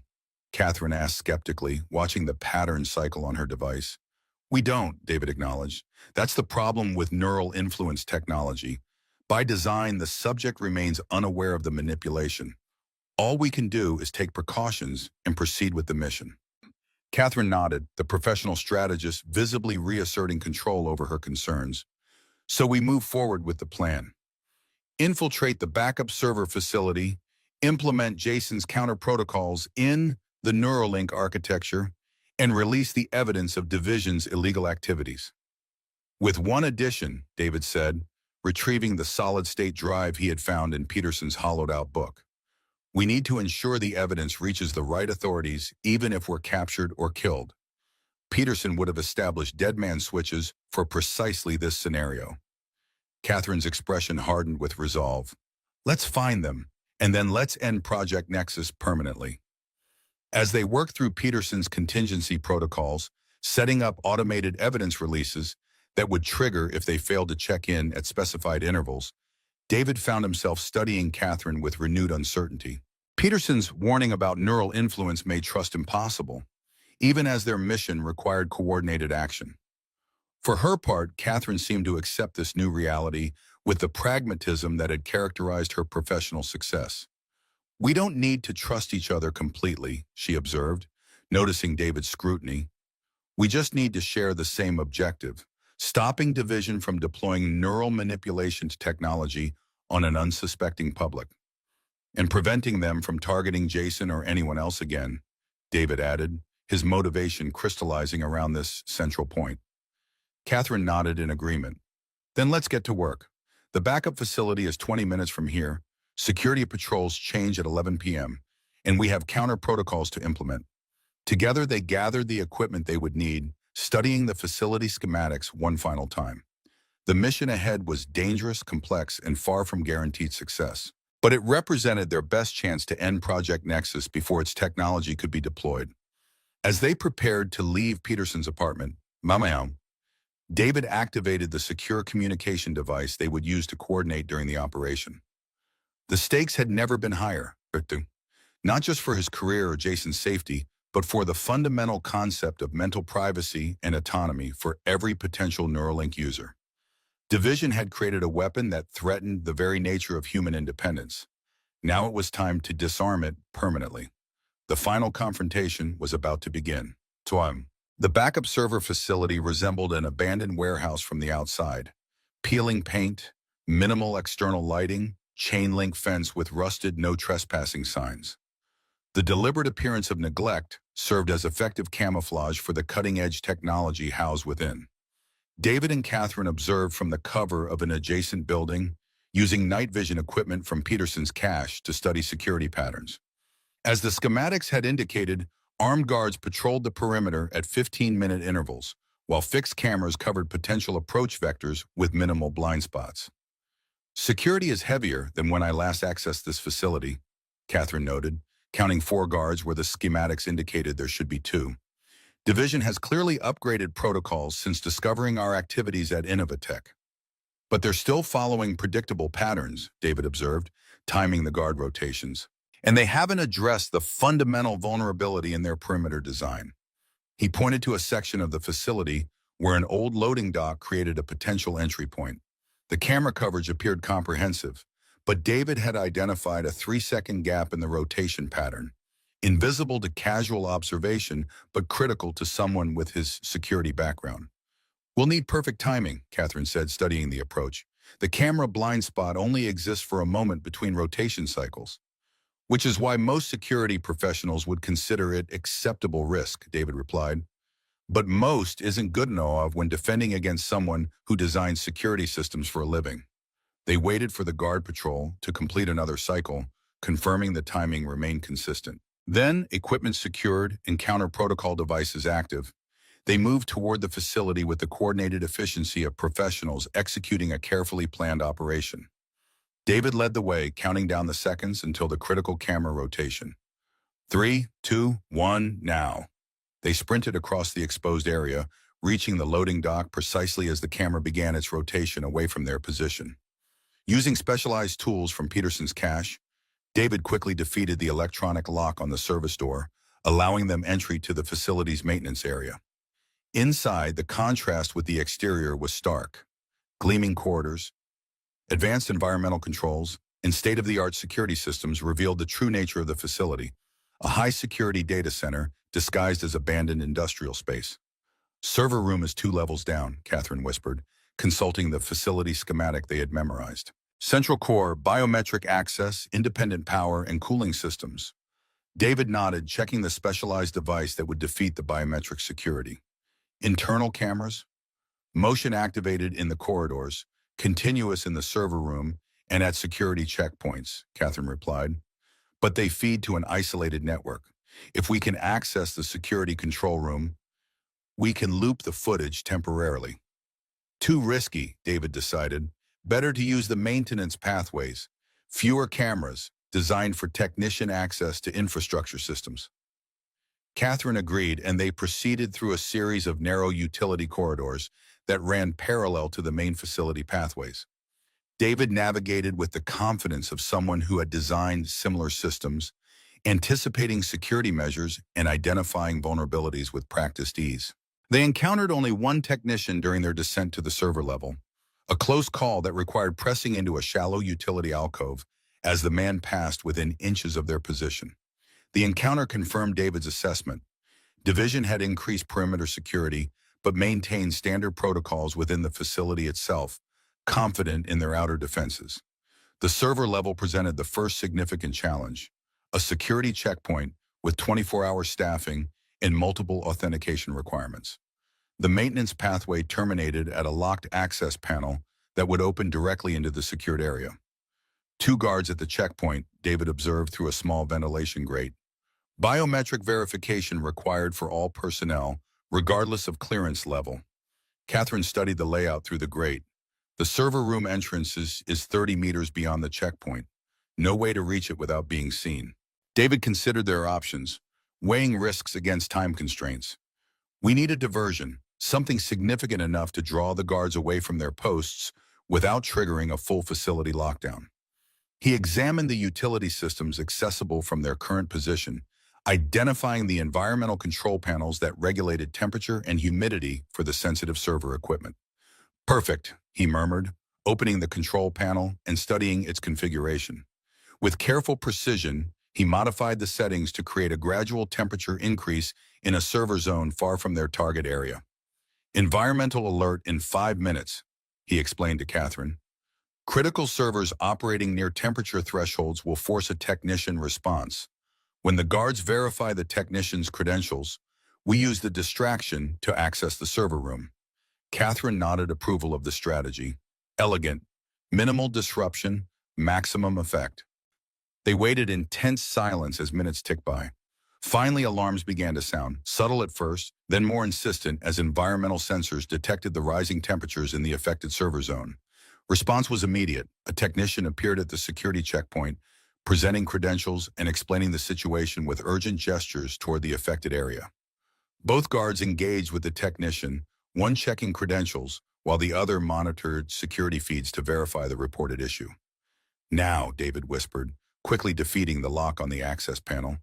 They slipped into the secured area, using the guards' diverted attention to move swiftly toward the server room entrance. Catherine approached the biometric scanner, pressing her palm against the surface while David applied a specialized bypass device to the secondary authentication system. For a heart-stopping moment, nothing happened. Then the indicator light changed from red to green, and the heavy security door unlocked with a soft click. They entered quickly, securing the door behind them. The server room was a testament to modern computing power. Rows of gleaming equipment stretching in perfect alignment, cooling systems humming with efficient precision, status lights blinking in rhythmic patterns that indicated normal operations. Development backup servers are in the restricted section, Catherine said, leading the way through the technological maze. Isolated network, independent power supply, military-grade encryption. At the far end of the main server room, another security door protected the most sensitive systems, including the Neuralink development backup. This door featured even more advanced protection, dual biometric authentication, encrypted keycard access, and continuous video monitoring. This is where Chen's credentials are essential, Catherine explained, withdrawing a specialized device from her equipment bag. The system requires not just biometric data, but specific network authentication that can't be easily spoofed. She connected the device to the security panel, initiating a complex sequence designed to simulate Dr. Chen's authorized access attempt. David maintained watch on the main server room entrance, alert for any response to their environmental diversion. We have 4 minutes before the temperature issue resolves itself, he noted, checking his watch. After that, security will return to normal patterns. Catherine worked with focused intensity, her fingers moving across the device with practiced precision. Almost there, she murmured. The system is accepting Chen's authentication profile, but it's requesting secondary verification from Innovatech's main network. Expected security protocol, David observed. Can you bypass it? Not bypass, but simulate, Catherine replied, activating a secondary function on the device. Peterson's equipment includes pre-recorded network responses for precisely this scenario. The security panel processed the simulated verification, internal mechanisms whirring as it evaluated the authentication attempt. Finally, the indicator shifted to green, and the door released with a pneumatic hiss. "We're in," Catherine said, relief evident in her voice. The restricted server area was significantly smaller than the main room. Just 6 server racks, each containing specialized hardware dedicated to Innovatech's most sensitive projects. Catherine moved directly to the third rack, identifying the specific servers that contain the Neuralink development backup. "We'll need direct system access," she said, connecting a specialized laptop to the server's maintenance port. The neural interface code is isolated in a protected partition with multiple encryption layers. David joined her at the terminal, his security architect expertise coming to the forefront as they navigated through the system's defenses. Using a combination of Chen's access credentials and specialized decryption tools, they gradually gained access to the protected Neuralink architecture. "There it is," David said as the neural interface code appeared on the screen, "the foundation of Project Nexus and its greatest vulnerability." He withdrew Jason's diagram, spreading it beside the laptop as they examined the code structure. The parallels were unmistakable.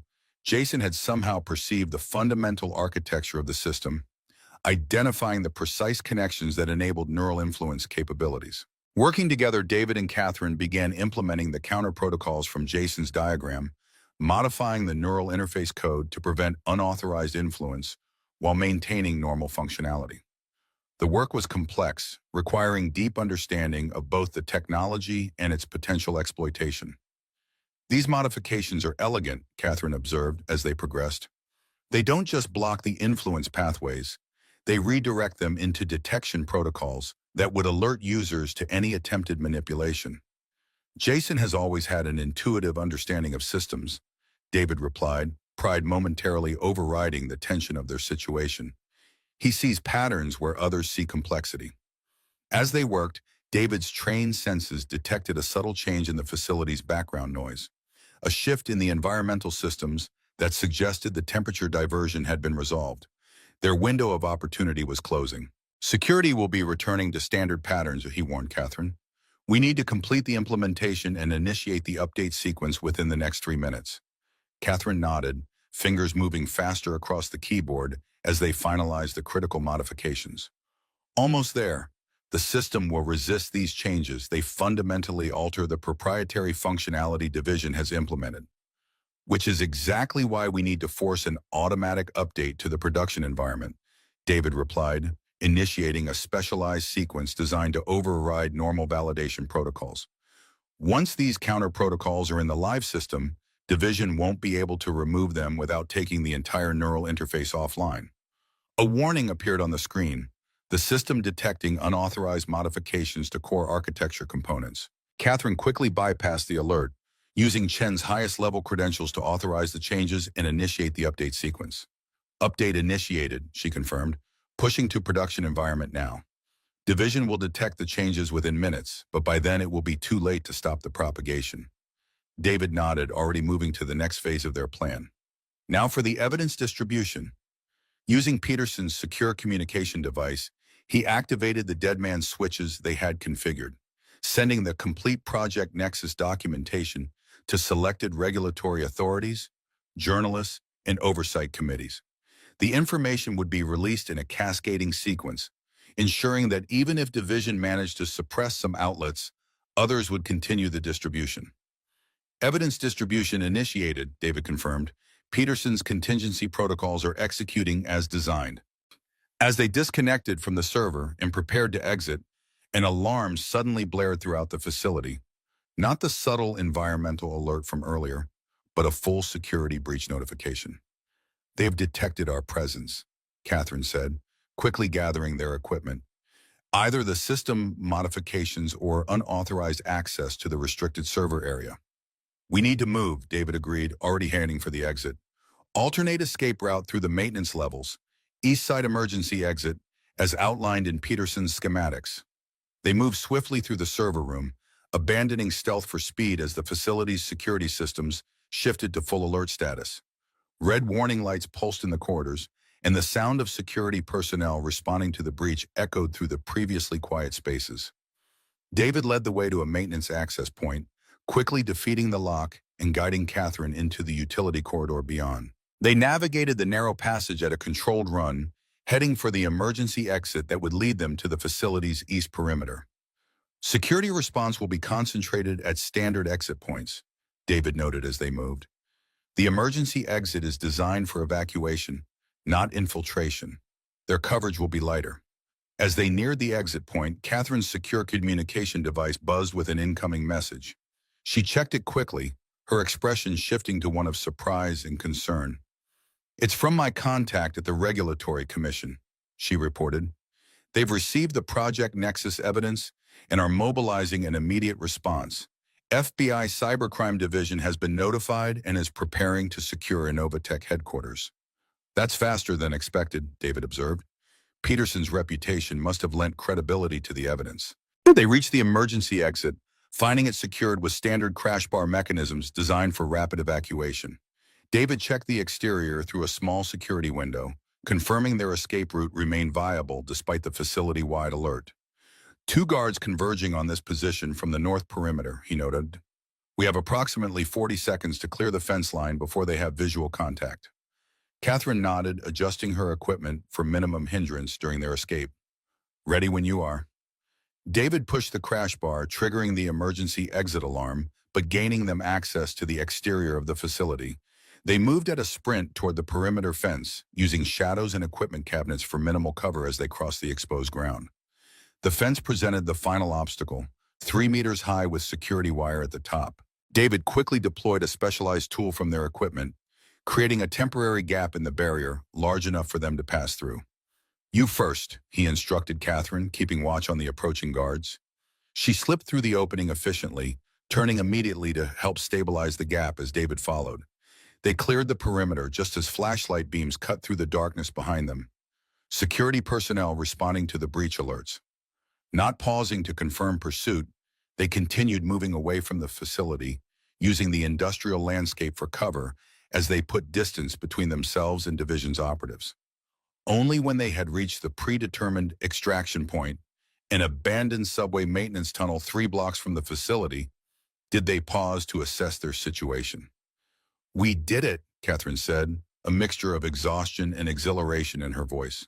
"The counter protocols are implemented, the evidence is distributed, and Division's neural manipulation capability has been effectively neutralized." David nodded, checking the secure communication device for updates. "Peterson's distribution protocol is working perfectly. The evidence has reached all designated recipients, and initial responses indicate the information is being taken seriously at the highest levels." The implications of their success were profound, not just the exposure of Division's illegal experimentation, but the prevention of widespread neural manipulation technology deployment. They had protected countless potential victims from having their thoughts and behaviors influenced without consent. Most importantly to David, they had ensured Jason's safety. Division's neural influence capabilities had been neutralized, rendering them unable to target his son again. "What happens now?" Catherine asked, the adrenaline of their escape beginning to fade. "Now we complete the mission," David replied, his expression resolute. "We return to the hospital to ensure Jason's security